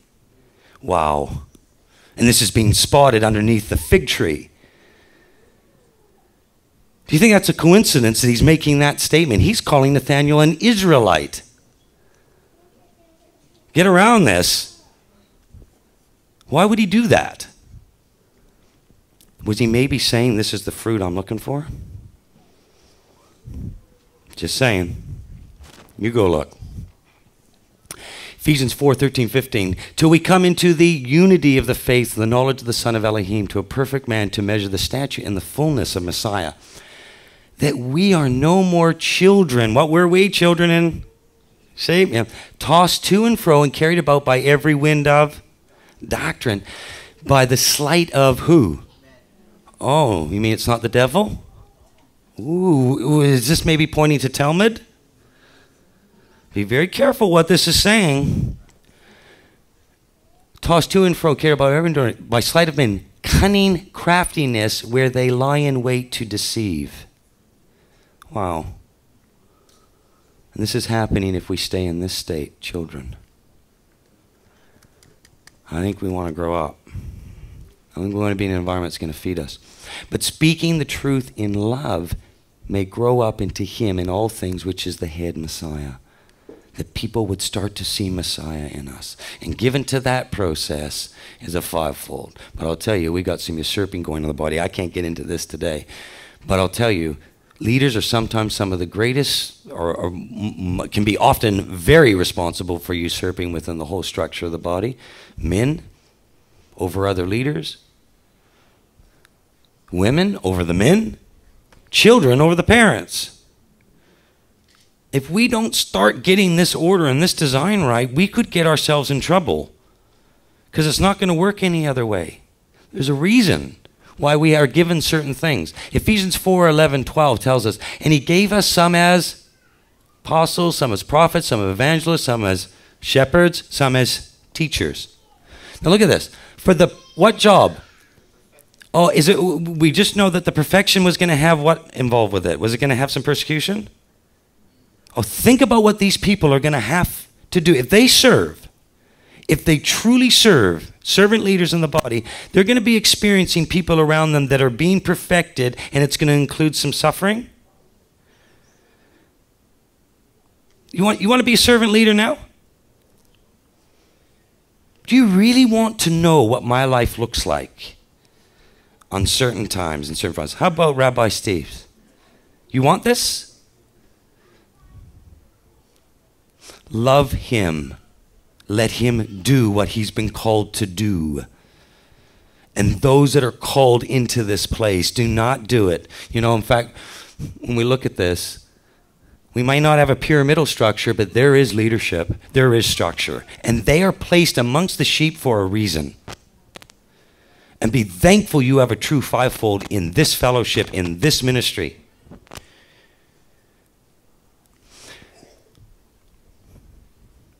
Hebrews 13:7. Remember your leaders, those who speak to you the word of Yah.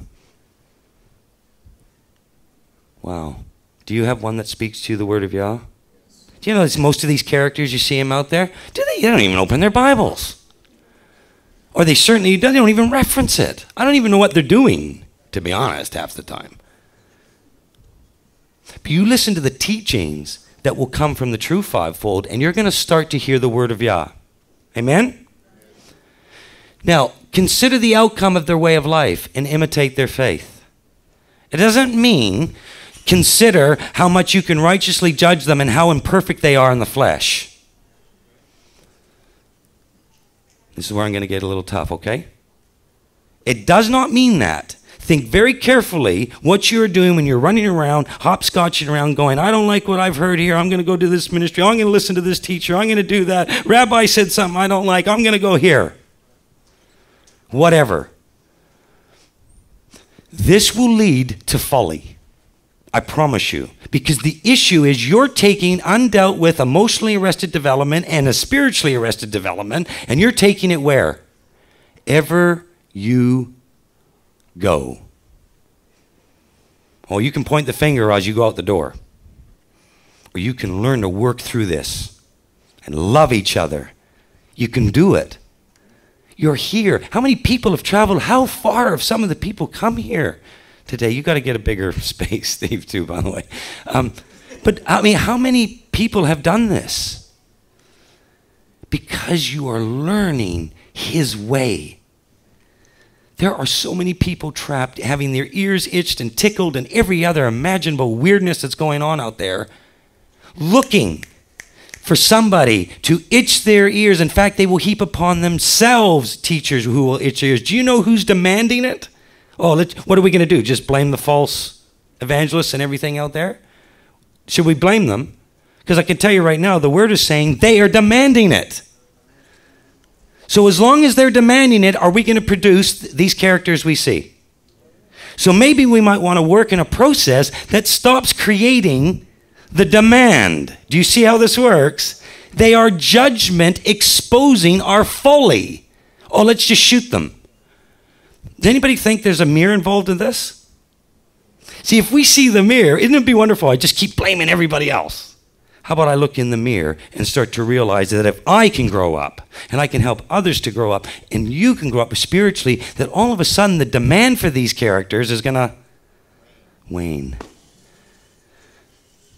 You see, I know the Father uses the enemies of Israel, uses things as a part of his whole creation to try and get something through our thick, stubborn, self-preserving skulls. No filter. Sorry. No filter. I can water this down. I'm going to finish up here shortly. Do you want me to water it down? No. Oh, really? Okay. That is very gracious. Hebrew 13:17. Those who keep watch, obey your leaders and submit to them, for they are keeping watch over your souls as those who will give an account. Do you want to be a leader now? Do you want to be servant leader? No, seriously, that's coming at your bema seat. I don't know about you, this is sobering to me. This is very sobering. I need and wish and want and desire to be in truth and to know who my Messiah is, because I am going to face him. And I'm going to be giving account for even the words I'm speaking this day. And so are your leaders. Serve, love as hard as you can. Be pleasing to your king. Well, you've got a chance. Amen? Do you hear this? Do it. Let's be an example to a dying world, to a world that's being deceived by every religious folly that there is. All of these kinds of things. Let's be those people. Let's not just, what? To hear and do. Let's be that light. And I know many of you in here are. You are certainly to me. So you must be being to others, that's for sure.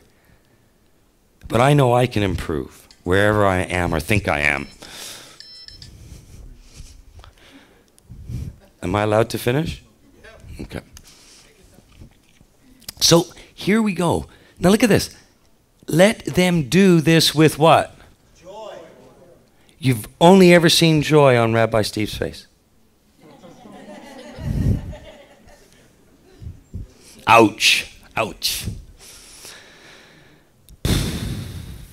Not easy, is it? Not easy for us to listen to a donkey either. Not easy on our response to these things. But we've got to figure this out. Because if we don't become the example of what's pleasing to our King, who's gonna? By the way, who's gonna do that? Oh, them. They'll do it. What if it's actually us?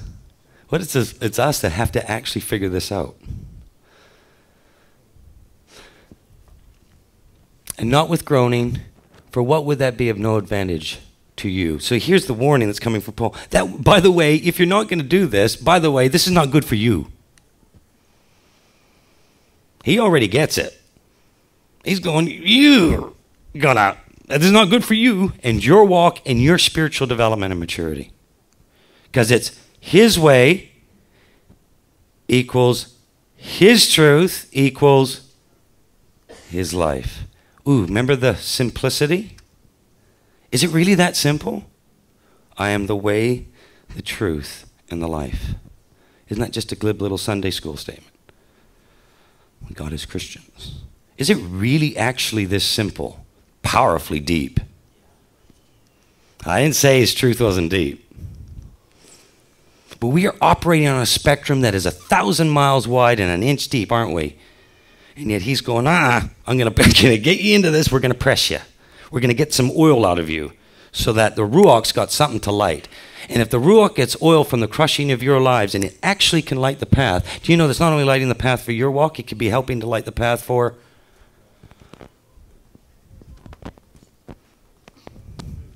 Has anybody ever seen this? Matters of authority. Responsibility with no accountability. Don't worry, I'm getting some here with this because I'm giving you a brief summary and rundown of all the things we are seeing in this big mishmash of confusion by Hasatan. Broken families, systems, depression in the world, all these kinds of things. And we're all bringing this in. And yet we have truth, we have love, and we have the Ruach. We have a helper in all of this, and he's going to help us, and we have a fivefold. I've just labored. Everybody here is going to respect the fivefold? I know you already are. Even when it's not easy. Here we go. Responsibility with no accountability. Has anybody ever experienced that before?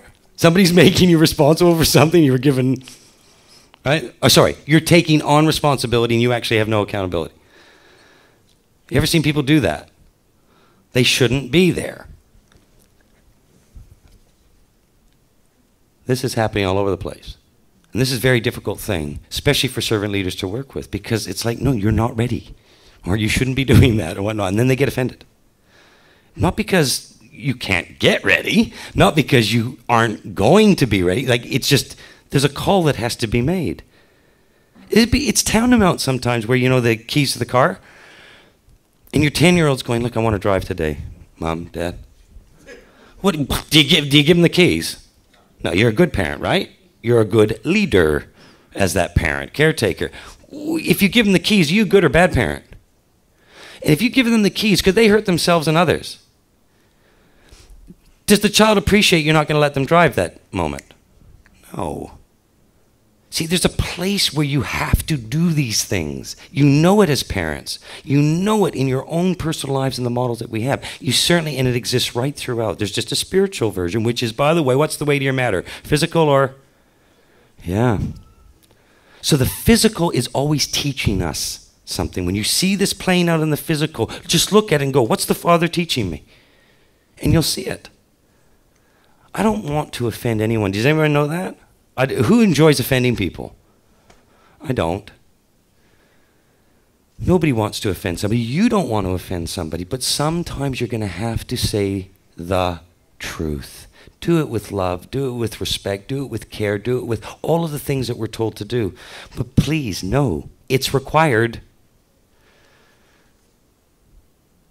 So we just are being refined, and hopefully we get better and better at this. How about accountability with no responsibility? Have you ever been doing something, right? You've not been given any responsibility, but somebody's making you accountable for the outcome. Have you ever experienced that? You're getting the blame. You had you weren't given any of the responsibility in the whole first place, but you're taking the blame. This is going on too. I'm going to suggest to you that responsibility on something then equals the accountability to what it is you've been made responsible, and therefore the authority starts to come. If you're a parent and you're responsible as a parent, then the accountability of how you raise those children is going to be on whose shoulders? The parents. Therefore, they need the authority. Do you understand how it works? Okay, so we want to be in this place where we are operating, where we have an understanding of our responsibility, that we know what we're accountable for as we do it, and therefore there's authority related to it. If there's a major event that's going on right now, who's the authority in this room? Right now is a major event that happens to this building, right now. Yeah, there he is. That's not fun to wear, and that's where it is. However, if there's a technical glitch that starts to occur right now with the live feed, who's the authority that I'm going to look to? Marty. You see, it doesn't take away this ultimate, right?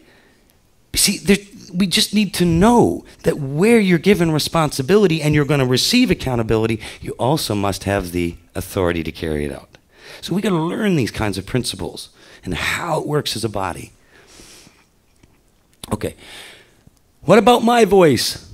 When your views on a matter are not agreed with or acted upon right in the moment, this does not automatically mean you're not heard. So this is all going to happen. Well, think about this when you're talking to others. You might be telling a new believer, whatnot, you're going through this, or you might be working with each other in the body in these matters and you're coming together. Just because somebody is not acting immediately in the moment doesn't mean that you didn't hear them, right? It's going to be the same thing at every level as we play out as a body. Grow people, not control people, to create this stable environment. Yeshua did these three things, and I believe, and you'll see this right throughout the Gospels, and I believe as we grow to the fullness of Him, we're going to see this. He asked questions all the time. Do you think He knew the answers or not? Why did He ask them? For whose sake? Correct. He's developing critical thinking. It is the Hebrew way. It's the Creator's way. He's preserved that. Western Greek Gnostic teaching does not work like this. Repetition. Did he ever repeat himself in many different ways to get a point across and demonstrate? Is that, yeah. Do you ever notice sometimes that you have to hear, does anybody have to hear something more than once maybe for it to start to sink in? Yeah. We're like that, aren't we? I got to hear things over and over and over again. Ask my wife ad nauseum before I'll listen. We're all guilty of this. Do you think the Creator knew what we needed? Do you think He knew that we needed to think about things, that we needed to hear it again? And do you think we need to have it relayed in a way in which I might be able to understand it? Parables. Yeah. This is what starts to come out through a fivefold and through you. You'll be able to see this just with any parents in the room. Do you see that pattern that was once in your life, or maybe right now? It's all there. This whole thing is pointing to how He's going to work with us and what He ultimately modeled. And when we start to mature in Messiah, we will do this spiritually. It will just come out of you naturally. I know when I put those three things up, every single one of you from a spiritual context and receiving food in this ministry, I know that you see Rabbi Steve in that, don't you? Do you know he's patterning? He's imitating the faith that was patterned once and for all given to the saints by Yeshua. Wow. Oh, don't we have to come up with the latest conspiracy theory or the latest this or that? It's tearing the body apart. Man. Don't think about an issue. Don't think. Don't learn. Don't grow. This is happening all the time in this environment. Yet what we are told and what He patterned was in Matthew 7:18, you will recognize them by their Are grapes gathered from thorn bushes or from figs from thistles? So every healthy tree bears, but a diseased tree bears. A healthy tree cannot bear bad fruit, nor can a diseased tree bear good fruit. Remember Nathaniel, he's seen something, right? Aha, behold, an Israelite. Yeah, with no guile. No deception, integrity. Think about what's going on. What is the process eventually? Oh, but hold on. It's not in this moment. Oh, I didn't see this tomorrow. Oh, I'm the judge. Whoa, whoa, whoa. When I watered the orchards, let's go back to the orchard. When I watered those trees, did I immediately see the apples the day after I started the watering? No, I was going through a process. There was pruning going on. There was leaves growing. There was buds coming out. There was fruit. Like, did it all happen just in front of me? Okay, so what I'm going to do now is that I've watered, and then I'm going to go, no fruit, cut down that tree. If I do that, and I don't allow the process perhaps that I believe is patterned in discipleship, if I don't allow this, is it possible that I could hoon down that whole orchard and there won't be any fruit by the time I'm done with it? I need to really allow Him to do the work, but I need to be able to do what I've been asked to do. And so do you. So we need to figure out what this actually is, what it looks like. I've given this in the example of the form of the tree because that's just simply the way it was delivered to me in the fires of my life. I'm sure there's a number of ways to do this. I also have actually a target, hitting the mark in Yara and missing the mark and this shooting of the arrows. But I'm just going to speak to you briefly just from the tree context. Now, this is actually ancient. I discovered, in fact, many components of the ancient Sanhedrin system and the whole Talmudim and how it was understood, they actually knew certain principles that occurred. But I can't get into all of that today. But what I can tell you is this. I believe that every single element you're seeing here is actually discipleship to one degree or another. The thing that varies is the intimacy of that. Does that make sense? And I believe our Creator knew this. And we have so many people out here. Anybody hear of the internet and YouTube and all that kind of stuff? This is the only place that they're living in. They've got no fellowship, not walking with anybody. They're not accountable to anything. They're just watching stuff randomly. Now, by the way, this is being live streamed and will go on the internet and YouTube. Oh, well, the donkey just spoke against that, so we better not be doing this. See, is YouTube the problem? No. And in fact, this has blessed many people with this ministry by what it's doing, and indeed some of the things that we do. And what we do with BPA and with the Donkey Speaks and everything else. So is the problem, do I just get rid of that because there can be weirdness out here? No. It's still a part of it. But if I go one ring in, we start to get to this wider fellowship environment. Guess what you're experiencing today gathering on Shabbat? Isn't that interesting? Is it less or more intimate than YouTube? More intimate. The people that have come and traveled to be here today to visit with your MTOI family, indeed, and to finally meet you and to meet Rabbi Stephen, all these kinds of things. Is this more or less intimate than what you've been experiencing? More. Are you enjoying the fact you came? Wouldn't it be wonderful if we could do this every week? We're working on it. Yeah. So these kind of things are really fantastic. But again, there's only so much intimacy that can happen in this on Shabbat, right? But this provides an opportunity to maybe start to walk with others a little bit closer. Now, I believe, and this is why I've got this white, I believe that the inside of the tree, this is what I believe I was shown, and what I've spent the last 8 years living and breathing and working on trying to understand and get it into my thick donkey skull, was that the center of the tree's been hollowed. See, it looks all right from the outside. It's a whitewashed tomb because these two things are still very much in function. But this thing has rotted on the inside. And we got counterfeits now that are occurring, especially in the small group fellowships. You'll call them life groups, home groups, cell groups, whatever groups. And they're all controlled by the mothership. And they all do their thing, and then you do this, and you do this, and you do this. There's no ruach needs to be found anywhere in this. Let's just produce the pamphlets and the materials and whatnot and build the empire. Anybody can do this. You just have to be good at doing. That doesn't mean you've done anything that's pleasing. If my measure of success is just the doing, is it possible I could be in for a shock when I stand in front of Messiah? Because apparently these people, by their own words, pleading at the throne, were what? Didn't I, didn't I, didn't I, didn't I? And this is the believers.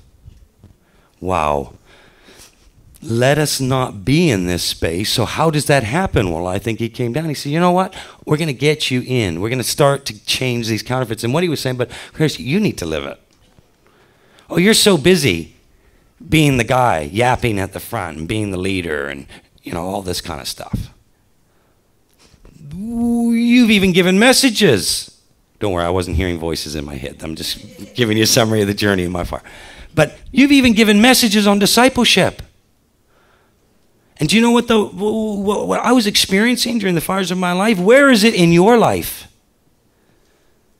You'll teach this? Whatever this is and whatever my understanding was? Where is it in your life? And I'm like, and then I was looking at the fires of my life. And then I was looking at everything that was going on. I was thinking, my goodness. And he starts opening up the word. And eventually it was like, okay, I need you to go and live this. I need you to do it. And I'm thinking, this is your answer? There's nothing instant about this. I need help right now. I'm getting reproved. I'm getting corrected. I need a spiritual hug. And the Father comes up with whack. What were you doing? Now, I'm sorry, but to my little Christian brain, it's like, this doesn't look like love to me. Just like the kid getting a spanking from mom or dad. Do they yell out to you while they're being spanked? Thank you, Mom. Thank you, Dad. We love you. Whack away. I mean, we're not in that place because of what? Maybe my spiritual Come on, we can say it. Maturity. Yeah. You know, it's hard, okay, to be broken down and to go through this, especially as a man. Some of the women, I know you have your difficulties in your design, we have ours. But men, honestly, do you know it's hard for us to be vulnerable? You know? And it's hard, and we feel this need to protect and to fix things and to have solutions and all these kinds of things. And it's in our design, and that design's from the Father. It's needed, it's necessary. But you know something? What's going on in the world out there doesn't allow very much for that design to work through things. And sometimes we can fail, and we can hurt, and we can get it wrong. What do we do? Where do we go? That's just the men. The ladies have their design and how that plays out too. This was the space that I believe was absolutely put under attack, and the confusion was meant to attack the simplicity of what our Messiah actually modeled. Out of this environment, and he modeled it with 12, I'm sure he could have done a lot more, but I think he capped it at 12 for a reason. Maybe because we're not capable of being involved with much more numbers on this level of intimacy. Now this one could have hundreds. This could have thousands. But this one, I think he patterned something for a reason. Amen? So we don't want to be making this bigger than it should be. If he kept it at 12, I think he was capable of more. I think maybe that's a good lesson. But here's the thing. This one breeds the Peter, the Jacob. Do you see it? Do you see him getting it? This is the one, the John, the Yochanan. This is the one that actually all of a sudden, because you know in the Garden of Gethsemane, in the crushing of his life, did he actually bring all 12 of them right to him close? No. He brought 3, and those 3 he was closest to. And they had a problem staying awake and being and walking with him in his moment of crushing. But they were there because they loved him or they didn't. As best they knew how. But he's warning them, you guys are the ones that can get attacked here. Just be awake. I'm being crushed. You know, when I was going through the crushing of my life, and anybody who's gone through any serious crushing, do you know what? The enemy wasn't coming within 1,000 miles of that place. That's how close. I'd never been that close to the Father in my whole life. I don't know if I ever will be again until I see him. But I can tell you, the intimacy and the things that I experienced at that time, I am not holy and righteous enough to live that 24 hours a day. Now, Yeshua might have been an incredible vessel when you're at that state. But I know what I was able to see and to hear finally as that was occurring to me. Now, as you're going through this, he started to teach me that you want to be with these people. Everybody here at Galatians 6? What? Sharing one another's burdens, thus fulfilling the law of... Okay, so as we do this, you mean it was quite possible that those who chose to walk with me started to share in my oil? Whoa. Oh, I don't want to be burdened with that. I don't want to be... Oh, no. He's saying the exact opposite. I need you to walk together enough so that, well, you're all going to experience a burdening in a loving, accountable environment. You're not only going to get the oil, the crushing of your life, you're going to get the oil as a part of the crushing of what? Thus fulfilling the law of Messiah. Was there 10 virgins that had oil in their lamps by the time he came? No, 5. You've just been given the answers how they got that oil. Do you think it was coincidence that Gethsemane, the place crushing? Do you think it's a coincidence, the olive oil? Do you really believe all of that? Just look at what it's saying.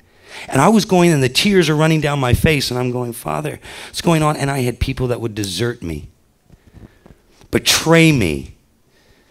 My trust being broken at levels you wouldn't believe. I can tell you this man's had his fair share. Many of you will have had your fair share. We're going to have to live through this stuff. You want to walk with who's your brother's keeper? Are you really going to walk with them? Or it just looks good? Do you know I'm easy to love when everything's going right? Do you want to love me when it's not? How about when I'm in a bad mood? Or I'm not getting it right? Or I'm not saying it right? Can you love me then? Can you love me when the Father says it's time to crush me? will you walk with me? Will you walk with each other? Because I'll tell you, if we can figure this out in a discipleship environment, if we truly are willing to do this, I believe we will see incredible things. The harvest is great, but the workers are. Let's do this. In this place, it can be very safe where sometimes men just need to share. Do you know that you can share things in this space and you can actually be causing other people to stumble? Because that's the level you have to go to, and now you're not even being wise. You just said something that shouldn't really have been said to the rest of them. They're not walking close enough to even have the right to hear that. Do you know what? I've seen him listening to a poor person. I won't get it. This was years ago. And they got hauled up to the front of the church, and they're sitting there going, this person has overcome X, Y, B, and C. And there's 500 people going, whoa. Can we just allow this to be healthy and wise? And I'm not saying that somebody might not give a testimony one day and do that, but is it my right to do it? See, if I'm to be trusted, is it my right to go and tell what someone is entrusted with me as a part of their walk and their crushing and go and just willy-nilly share that out? Oh, let's throw it on social media. Oh, let's attack them. Am I to be trusted with the keys of the kingdom? Keys of the car? You think about our character as a man, as a woman, at everything, and a safe environment to do this in. Look at this. The most intimate relationship we can have. This is demonstrated in the physical by husband and a wife. The two shall become one. And this is the most intimate thing we say. And Yeshua doing this with the whole body of Israel, right? Father, that they may be one as we are one. And so we see this pattern in our shadow picture of the marriage covenant in our physical lives. The Sanhedrin didn't get this at the time. They were trying to work this through, and they're so full of Talmudic. And Yeshua is saying to them, you do err not knowing the scriptures. They're going on about the woman being passed down 7 times. And, and she's being married. They didn't even get it. You do err not knowing scripture. You're not married or given in marriage in the age to come. See, you don't understand. You're so focused just on the physical that you're not seeing the spiritual. Do you understand? He's making that point. Would anybody think that's offensive to somebody who can quote the book of Deuteronomy? You do err? Not knowing the word? Whoa. Okay, so this intimate relationship here, I would suggest to you, is a journey. And it comes and works as a tree. This is where the water comes from. Who's the water? The living water? Yeshua. If we take this out, is it possible it could start? Do you know that, have you ever seen a tree that looked perfectly good on the outside and it was rotten on the inside? So you may not know what's going on in the inside of that tree, but you can start to see, I don't see any good fruit coming from this thing, but it looks all right. This is the simplicity. But is it deep? It's deep. But this is the simplicity that's found in Messiah. Let's keep it. He knew what we would go through and what we would live. Mark 9:3-5. And he sat down and called the 12. And he said to them, if anyone would be first, he must be the last and the servant of all.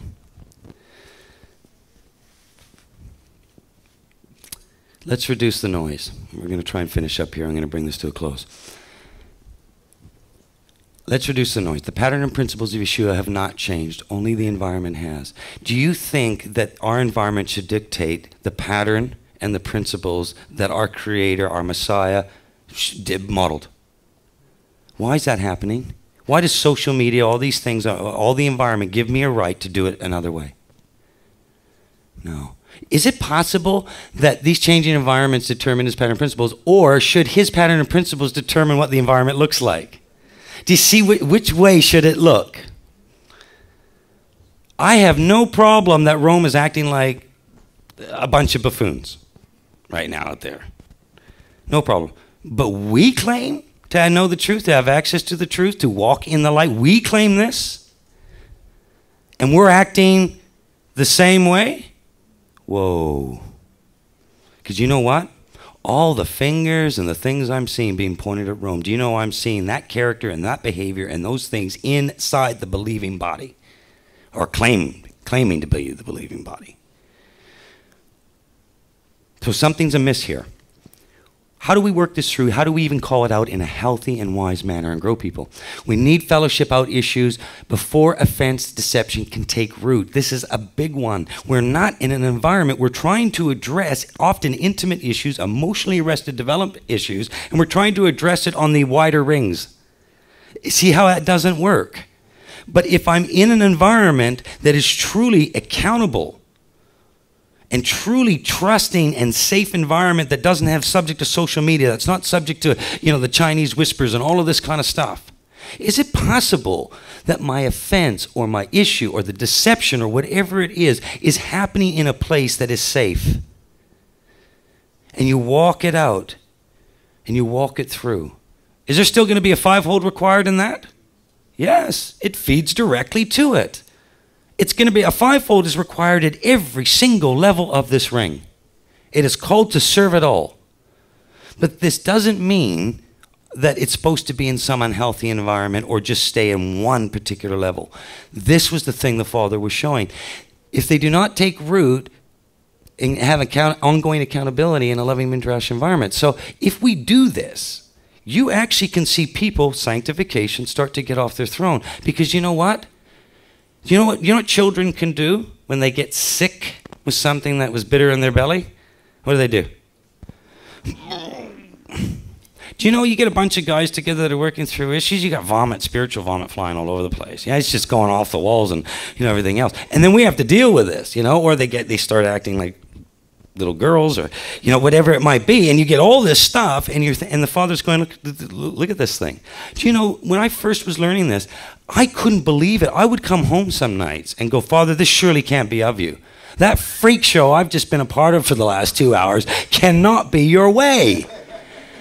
And I was starting to, this can't be. And then all of a sudden, you started to see that it got less and less, and people were starting to work it out. And all of a sudden, when you got to that, they started to learn to love each other and to walk together. All of a sudden, they stopped attacking the donkey for what he was saying and started to actually look in their lives.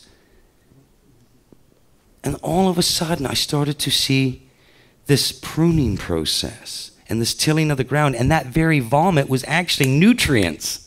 Once it started to get the life issue, do you see the very thing that was being vomited out actually was the tilling ground, the part of the ground process. Yes, it was dirty work. But when it started to come, and all of a sudden I'm watching this, I'm going, okay. And you're looking at it, tree's still barren, and then all of a sudden you keep going. And you prune, and you prune, and you prune. I was pruning for about 3 years.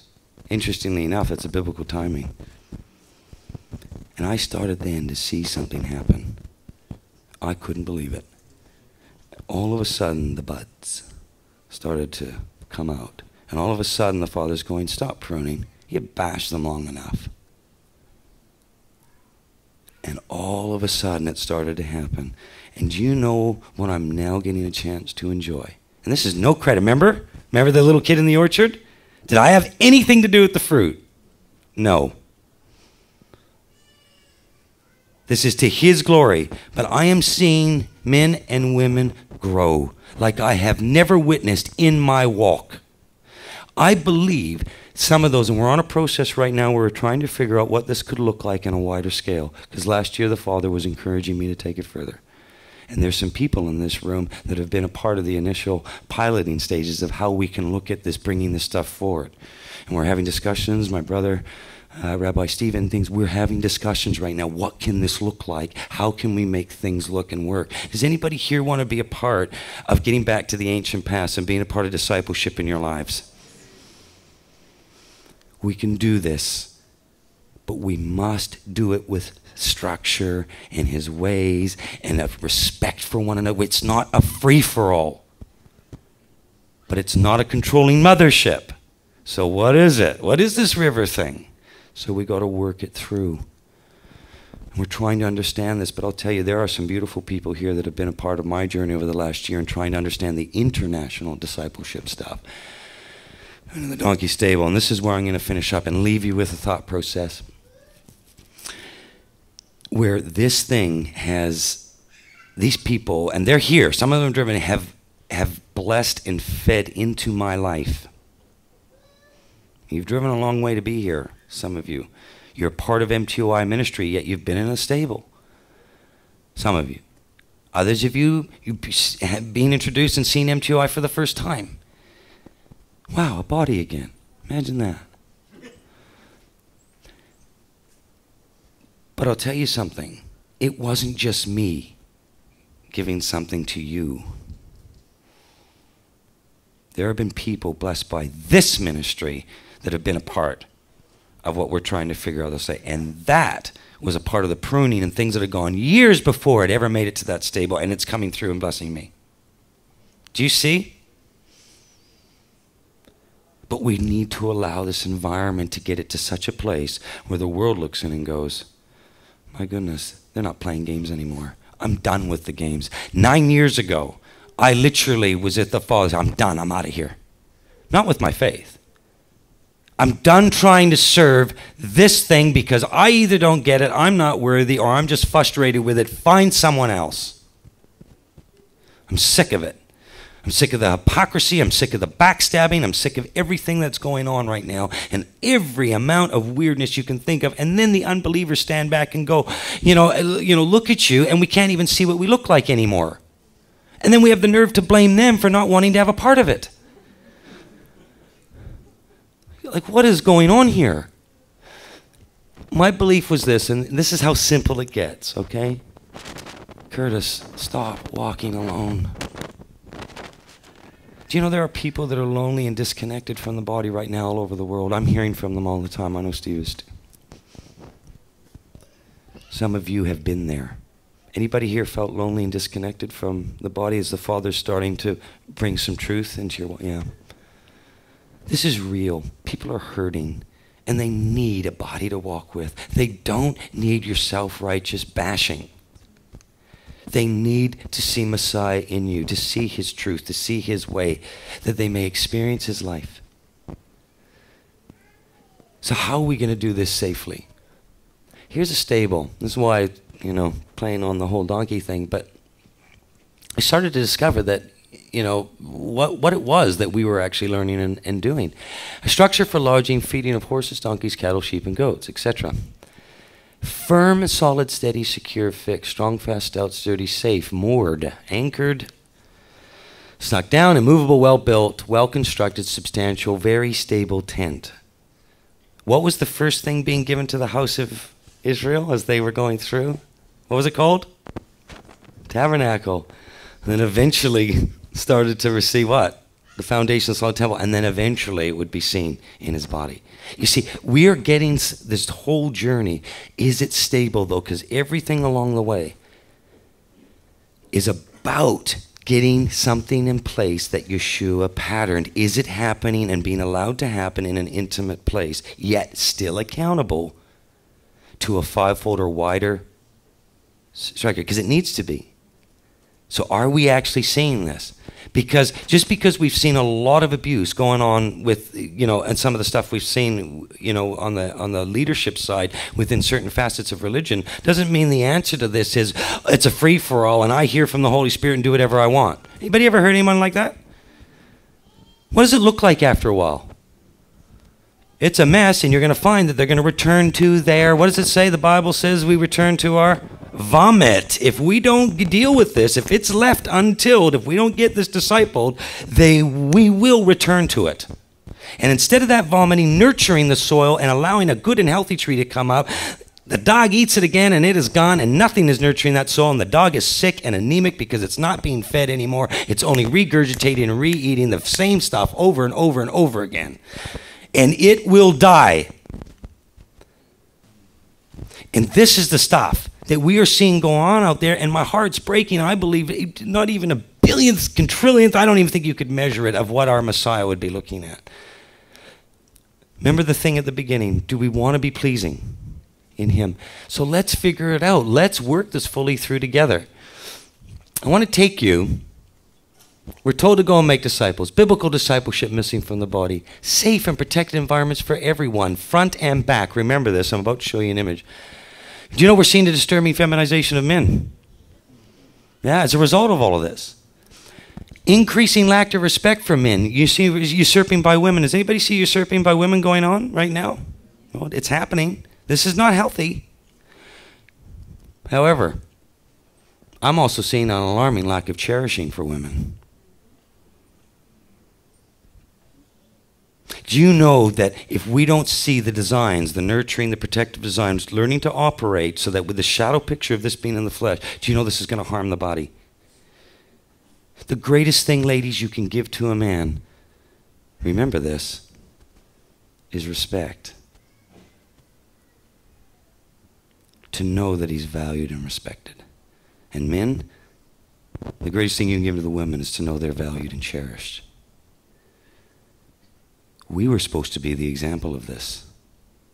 So I need a healthy environment that eventually I can learn to respect. If anybody's experienced, I know I've got some of the donkeys here, but is it true? Do we learn to cherish more if we get into discipleship environment? We do, don't we? Is that a better use of our time than keyboard worrying about the latest conspiracy theory?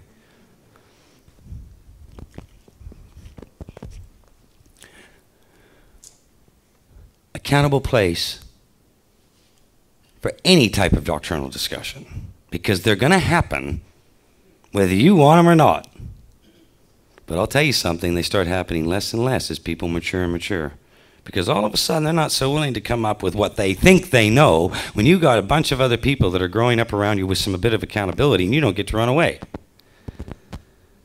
Oh, you think you know what you think you know what you think you know. Well, let's just see what you think you know. And that's a good thing for all of us. But we need this, because if this is left untouched, and I'm only living on the outside ring and I'm wandering around YouTube, is it possible that my thoughts on this doctrinal, I could be blown around by every wind of?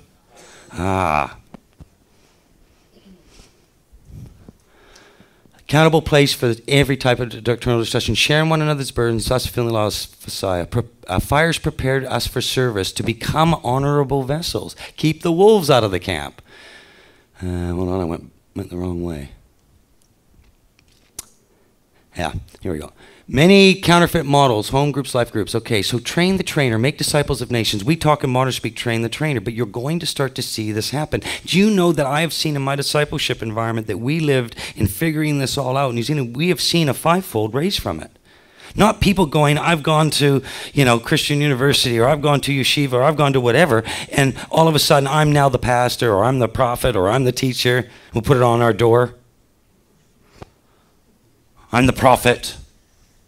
However, the religious doctrine I've embraced defines even what that means.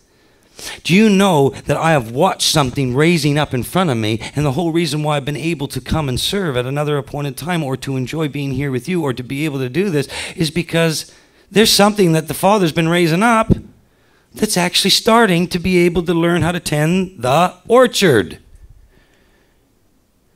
And these are the same men. Only 5 years ago, I'm driving home going, Father, this can't be your way. These guys are idiots. No, I'm sorry. They'll be watching that. Did not mean that. Okay, I actually didn't. Okay? Love you guys. No, seriously. It's not what I thought. I thought these guys need to maybe think about it another way. Right? So, man, stuff just comes out, eh? No filter. All right, let's finish up here. Boy, that's brutal. I'm sorry, guys. You do not deserve that. Mark 9:5. Okay, so if anyone sat down, called the 12, he said to them, if anyone would be first, he must be last and servant of all. I had to learn to be a servant again, but yet not forfeit my leadership. Does that make sense? Yeah.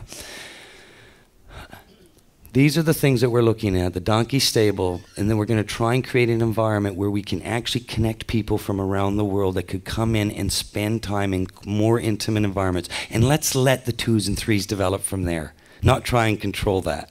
But let's let the people who lead these stables receive a way of growing and maturing from the fivefold. That people like Rabbi Steve can work with these people, that I may get a chance to work with these to help give the learning curve to say, let's raise up the servant donkeys. Because at some point where you're a children or a sheep, you may find being in that environment, the Father might just call you to what? Become a servant leader.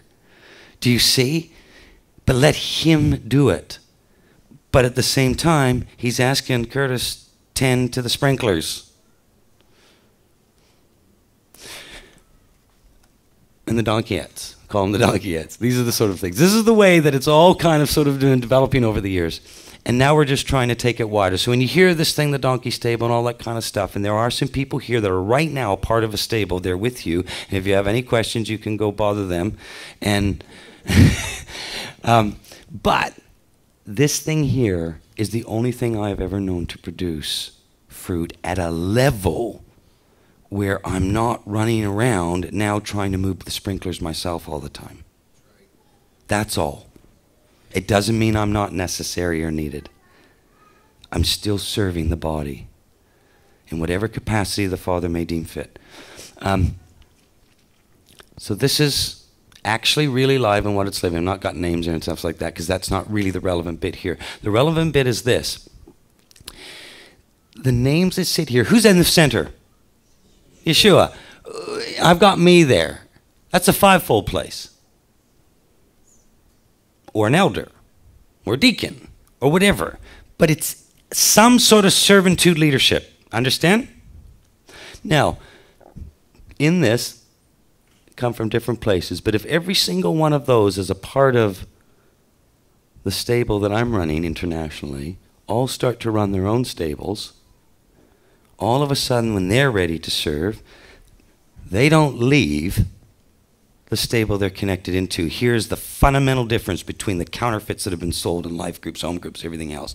They want to connect everything directly back to a mothership and control it. Do you know what this one is connected by? The servant, the donkey stable they've been in. Do you see the difference? Because then you really know what this person's up to. Do you think you could control 3,000? Let's say MTOI grows to, it might be thousands already, but okay, let's say it grows to hundreds of thousands. Steve's got to contact every one of them each morning and see how they're going. And then deal with their burdens and their fires and everything. Does that sound right? Okay. But if that's all happening incrementally, whether your stable is 12, by the way, that's a rule with this. We cap it at 12. But it doesn't have to be 12. Could be 4, could be 6. Do you see? Whatever you're able to work with and grow. But these people here, once they step out here, they're never walking alone. Because guess the very environment they've submitted into feeds them. They can seek it. There's always a way to get the wisdom, the advice, the accountability, whatever is required. You're not alone. Because guess what I hear all the time? Oh, but I'm not a speaker, Curtis.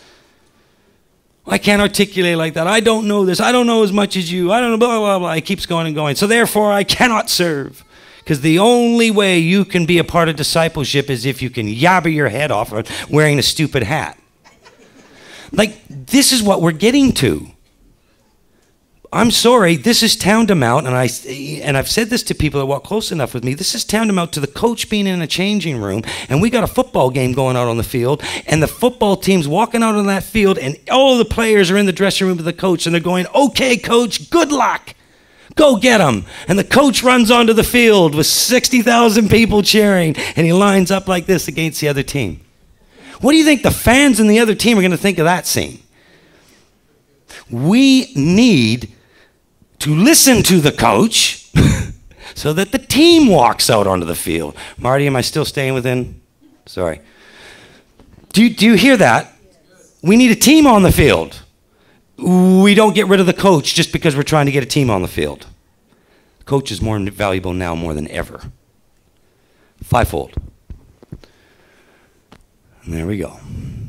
Over and over and over. And you want to know something? This changed the course of human history 2,000 years ago without even a weapon, without the technology, without the social media, without the video components that we see in the internet, without airplanes, without cars. Do you think Messiah was proving a point? Changed the course of human history and conquered the empire with the most steely grip ever known to mankind in history as we know it and understand it. Wow. I think he's proved his point. Do you? Think Messiah proved his point? Do you think his model's broken? Do you think maybe our model's broken? Do you think maybe we can get back to his model? Do you think that maybe there's a world out there right now, believing bodies, our family, that are coming into the house of Israel that they might need to see an example? This is my encouragement to you, because I am finishing here. I don't want to get into that one. Okay, I just gotta. While you're going to go through this, you're going to get this. when Mr. Such and Such shows up in a stable. You're going to get Mr. Agenda, Mr. Know-It-All, Mr. Divisive, Mr. I'm the Leader, Mr. Wet Fish. Okay? You're going to get all this. And do you want to know something? If they can just stay and hack it and make it through all of this pride and insecurity and emotionally rested development and everything they're experiencing in their moments is going to vomit out, be tilled and matured, and all of a sudden, whatever way they came in. Because we want to change Mr. all of these to Mr. Teshuvah, Mrs. Teshuvah. Do you understand?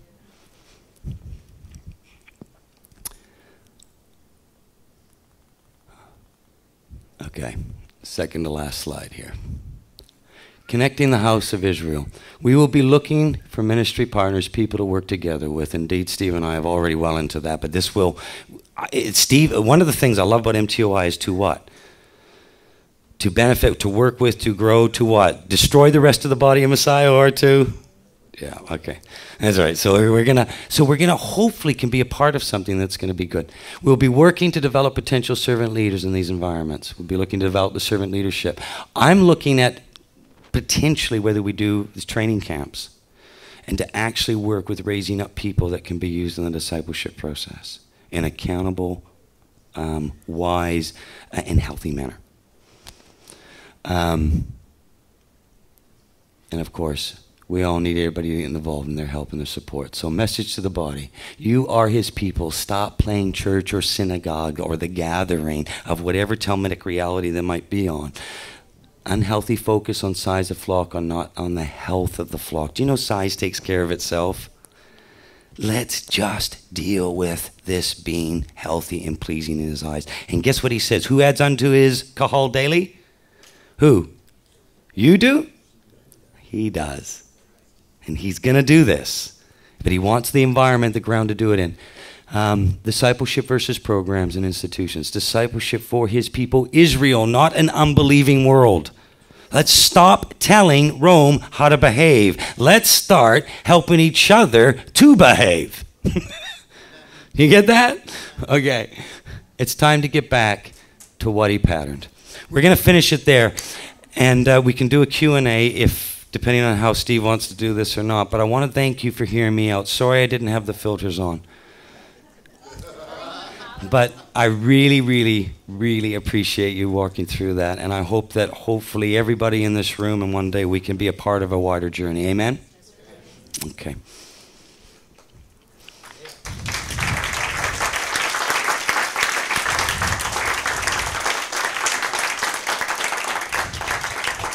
Are we on? There we go. Amen. Amen. Well, thank you, Curtis. Hope everybody really can appreciate all of the abundant field of things you can glean out of that. There was a lot of really good stuff. Appreciate that. Very good job, Curtis. Hey, don't go anywhere. Come back here. Oh, no, here it comes. Oh, no. Oh, no, there's more stuff soon. But not yet. All right, so a couple of things real quickly here. I know that we're wrapping this all up. But we're going to take just a couple of questions if we can. It is now almost 4:45, so we'll just have time for a little bit of questions. What I'd like to do, though, is we can break for Oneg and then maybe come back in here for more of a Q&A.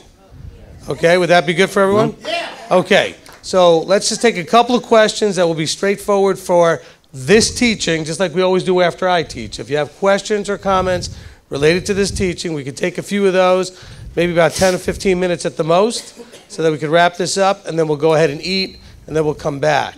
Okay, so Daweed's got the microphone, so if you raise your hand, Michael, go ahead and get the mic first. And these questions are directed to Mr. Curtis Reed. Excellent teaching, excellent teaching. My question is, all right, let me know here. What do you do when the fruit is not evident, especially when you're going being pruned for the fire? That's an interesting question. Okay, so what do you do when the fruit's not evident, but you're being... Okay, all right, I get you. That, in fact, actually, from a discipleship perspective, that's when it's most important. Because you need to know that you're in a loving, trusting environment while this is occurring. Because nothing visually, at least that you might be able to understand or discern, is making you feel good. because of what's happening to you or someone else. It's even more important now. This is where that tending is very, very important. Like I say, once the fruit starts to come, it's kind of easy, right? But the vomit and the tending and the pruning, whoa. And this is why I believe where discipleship thrives. Because you start to develop the relationships that know, you know what, despite, brother, sister, despite that emotional outburst, or whatever your doctrinal views, or whatever's going on, despite that, I am learning to love you. And we are learning to walk together. And I'll tell you, love covers one little missing the mark, or does that help? Yeah. All right, let me add to that just real quickly. So in a group environment, also with leadership, right, those that are anointed, appointed, have some giftings of discernment, there may actually be fruit you can't see, or there's something you haven't been dealing with that you can't see, which is why you don't have the fruit. And that's why in a group environment where you have these accountability people, you have leadership, that stuff can come out. Okay, so there may be fruit that you didn't see, because you said, well, you're doing all this stuff, you're going through this crushing, but you're not seeing any fruit. Well, you're not seeing it. Maybe there is. Or maybe there isn't, and someone else can help you see why you're missing something. Yep.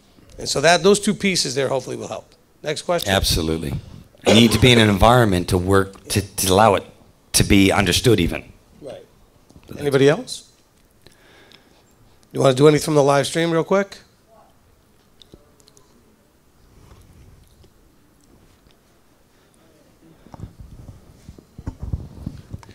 So far, nothing but praises. Wow, you're doing better than I ever do. I'm usually the donkey looking with the wincing there with the guy with the stick. Yeah, you know what it is. I think this fellowship's starting to grow up and mature too much that it's not disturbing you the way it should. One question is, after the oneg, are we going to be live again for the Q&A? Yeah. Marty, can we do that? Can we go live with the Q&A afterwards? Sure, why not? I got a sure, why not? So yeah, so stay tuned on YouTube for us to go live. It'll probably be a good hour before we do it, but you could stay tuned for that because we're going to eat first. So I can't give you an exact time. I mean, now it's almost 5 o'clock. You know, figure sometime around 6:30 we might be able to do that. It's going to take a good hour to eat. So about an hour and a half from now. Okay, just one thing I wanted to add to the end of this. Could you bring up the slide with the, just go back 2 or 3 slides to the groups. You got this, is that no longer running? Oh.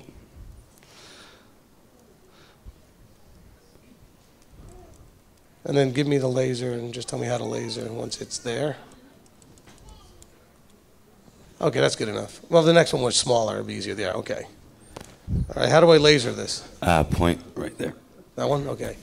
All right, so one thing just to point out that's really important, you've heard me say this many times, especially in the leadership training and leadership councils and the guys who've been through the intro to discipleship, is that everybody in this is in the middle, including Yeshua, really, because really the Father is actually in the middle. Because Yeshua said, everything he said was discipleship language, right? Everything I say and everything I do, I was taught to do by my Father. So in this model, Yeshua's in the middle. Okay, I mean, he's in that center point. But everybody else has somebody they're accountable to, that they're learning from, that they're submitted to, and those they are responsible for. Okay? And just remember that model, that when we're talking about this, that discipleship is about realizing how to be in that middle place. You have to be accountable and submissive. You've got to be responsible and serving. This is who they serve. This is who they're submitted to and who they serve. So this person here, right, I'm pointing at the laser, is serving on one kind of serving and following and submitting and in this area, but has a responsibility, which is a leadership serving in this direction. And accountable and responsible, and also having to stand up before the throne and say, this is what I did in responsibility to this. This is also what I did in listening and following the instruction from over here.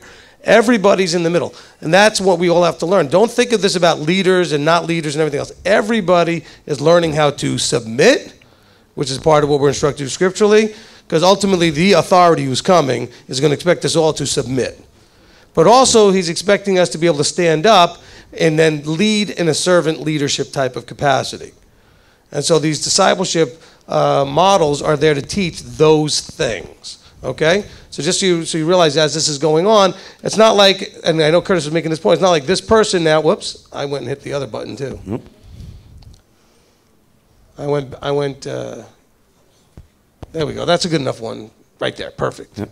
Okay? So in this picture, it's not like this person now is just off on his own and responsible for this group. He is part of this 12.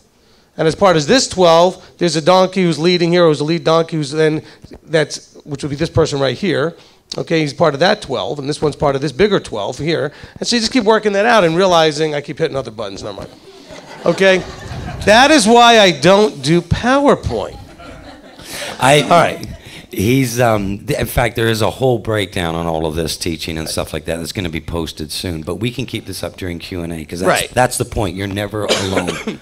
But that's the reason why you have accountability, because you're not alone. Okay, but just understanding that we're always in the position to doing both roles. Okay, nobody is exempt from that except one, the Father. Yeah. Even Yeshua is in that middle space.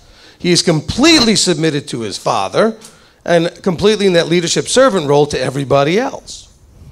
Okay, so nobody's out of that place. There's nobody that's just at the top but one. Okay, everybody has to learn those two roles. Okay, so with that, we're going to go ahead and close up. So let's go ahead and get the children out of the cafeteria and bring them up here. Okay, let them know we're going to close in prayer. Okay, so I'll move over to here. Step back into the middle.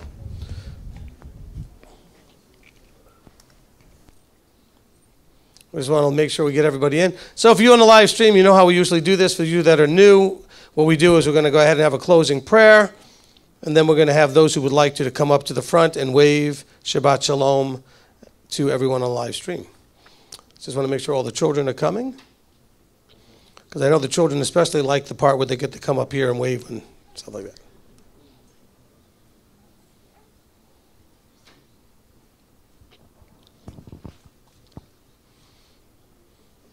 Okay, here they come.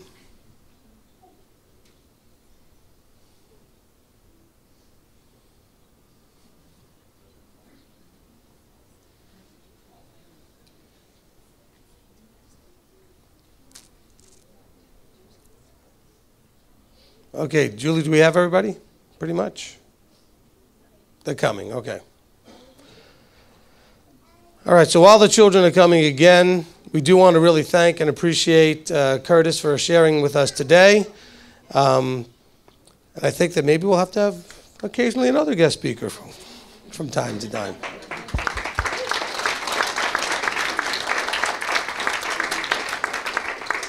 Provided they're from New Zealand and no. and look really good in a cowboy hat. All right. Listen, you don't have your other logo there with the hat and the donkey, though. When I saw him with the hat, I told him he had to wear the hat. So that was the whole thing. He didn't got to wear the hat. All right, all the children here? All right, if you'll all rise, we'll close in prayer. I'll go ahead and take that duty since I didn't teach today, so I'll go ahead and close.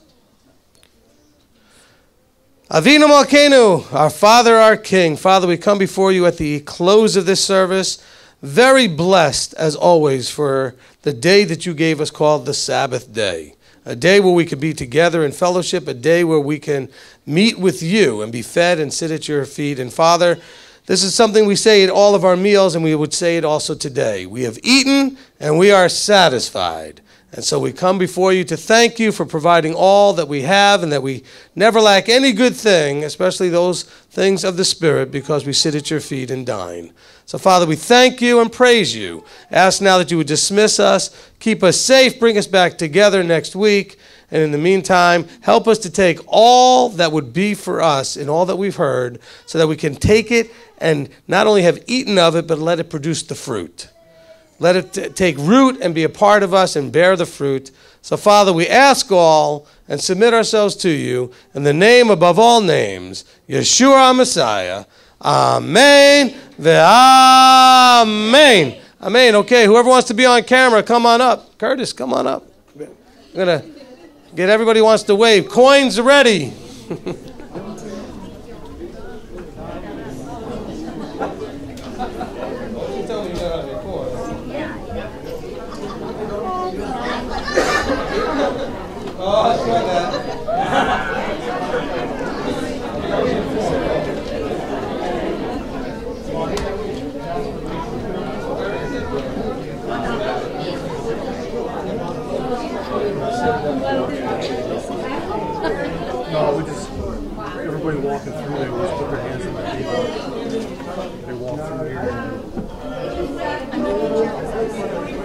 Oh, so you want to get out? Oh, okay. It's good that you blocked. Hey, Curtis, does anybody want to? Curtis, press the black on your remote. What was that? Press the black on your remote. Black out the screen.